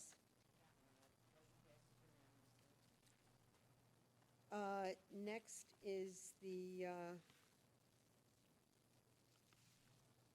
10th. Park improvements. Yep, 750,000. Okay, just wanted to make sure I didn't lose track. The 10th bond resolution authorized construction of park improvements in the town, 750. Any questions? Hearing none. Motion? Motion. Motion by Councilman Mullen, second. Second. Second by Councilman Cochran. Roll call. Yes. Yes. Yes. Thank you. 11th bond resolution authorizing intersection improvements, 350. Any questions? Motion? Motion. Motion by Councilman O'Connor, second. Second. Second by Councilman Mullen. Roll call. Yes. Yes. Yes.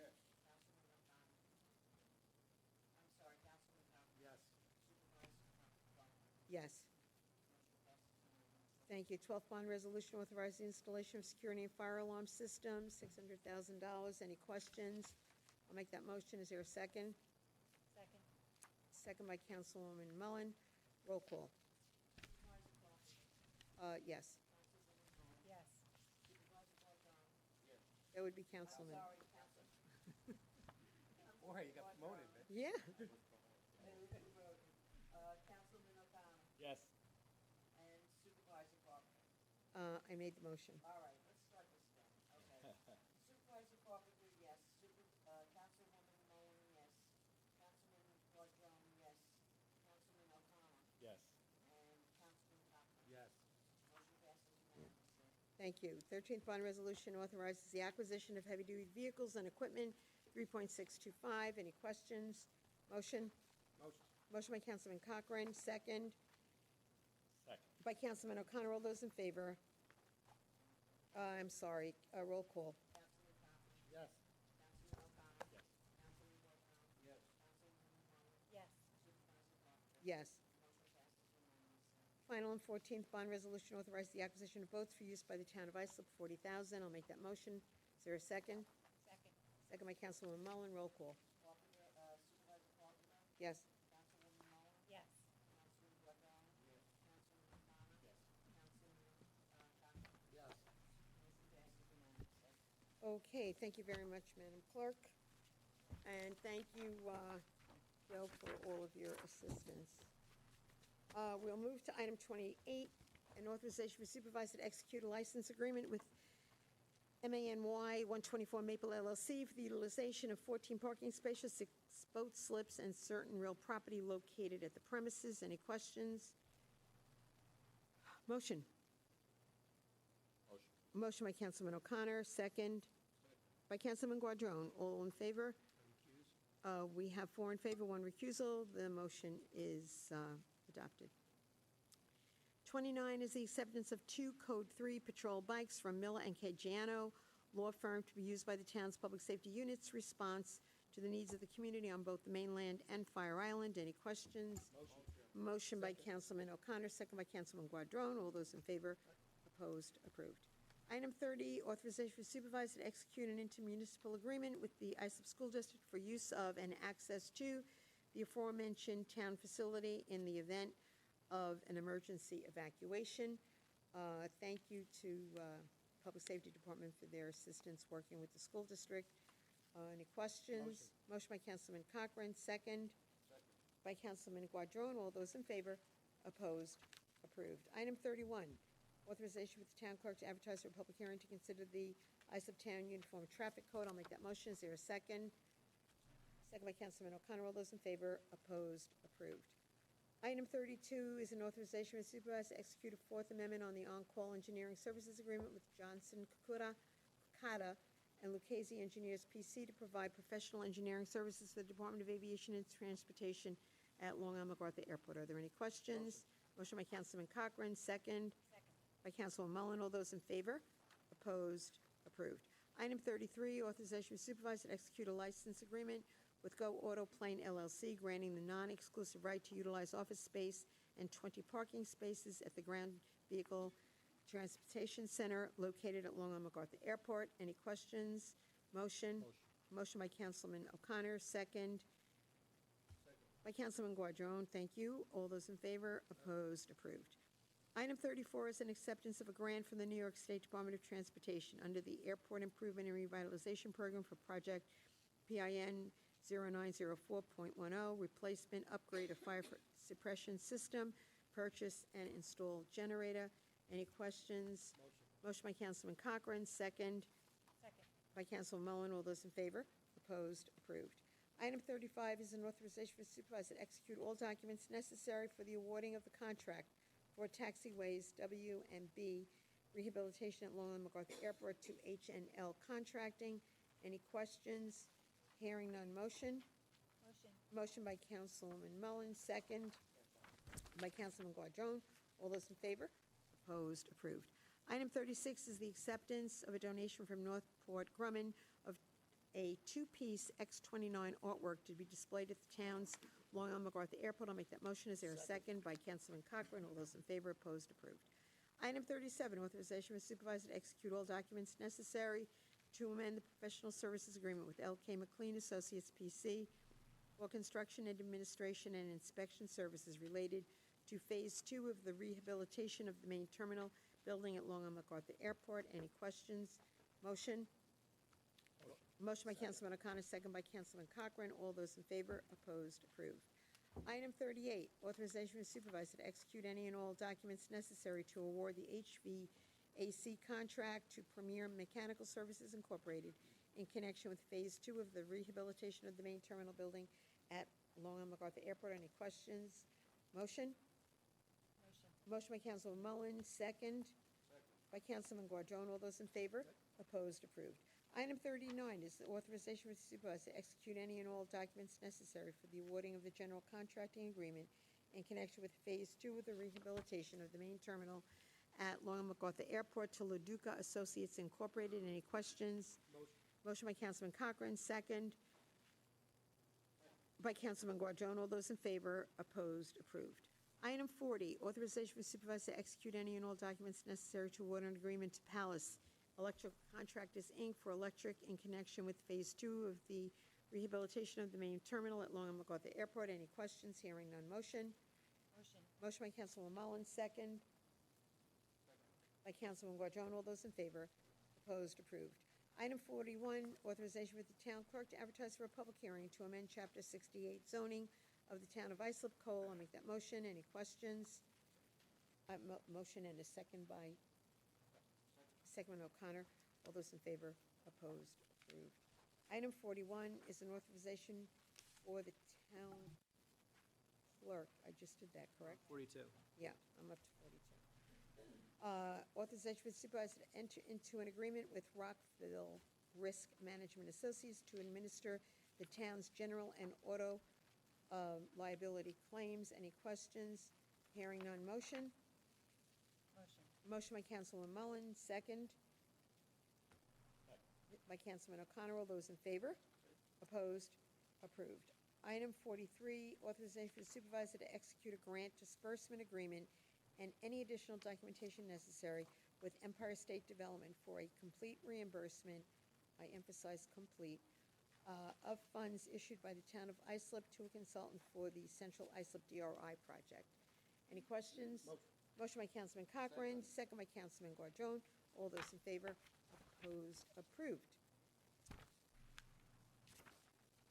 And we are almost getting there. 44, Town Board approval to allot an additional $500,000 to be used in the Small Business and Nonprofit ARPA Grant Program. And I want to thank John Woolzer and Brad Hemingway and everyone that's been working on that committee. The businesses have been really very grateful. Are there any questions? Motion? Motion by Councilman Cochran, second by Councilman Mullen. All those in favor, opposed, approved.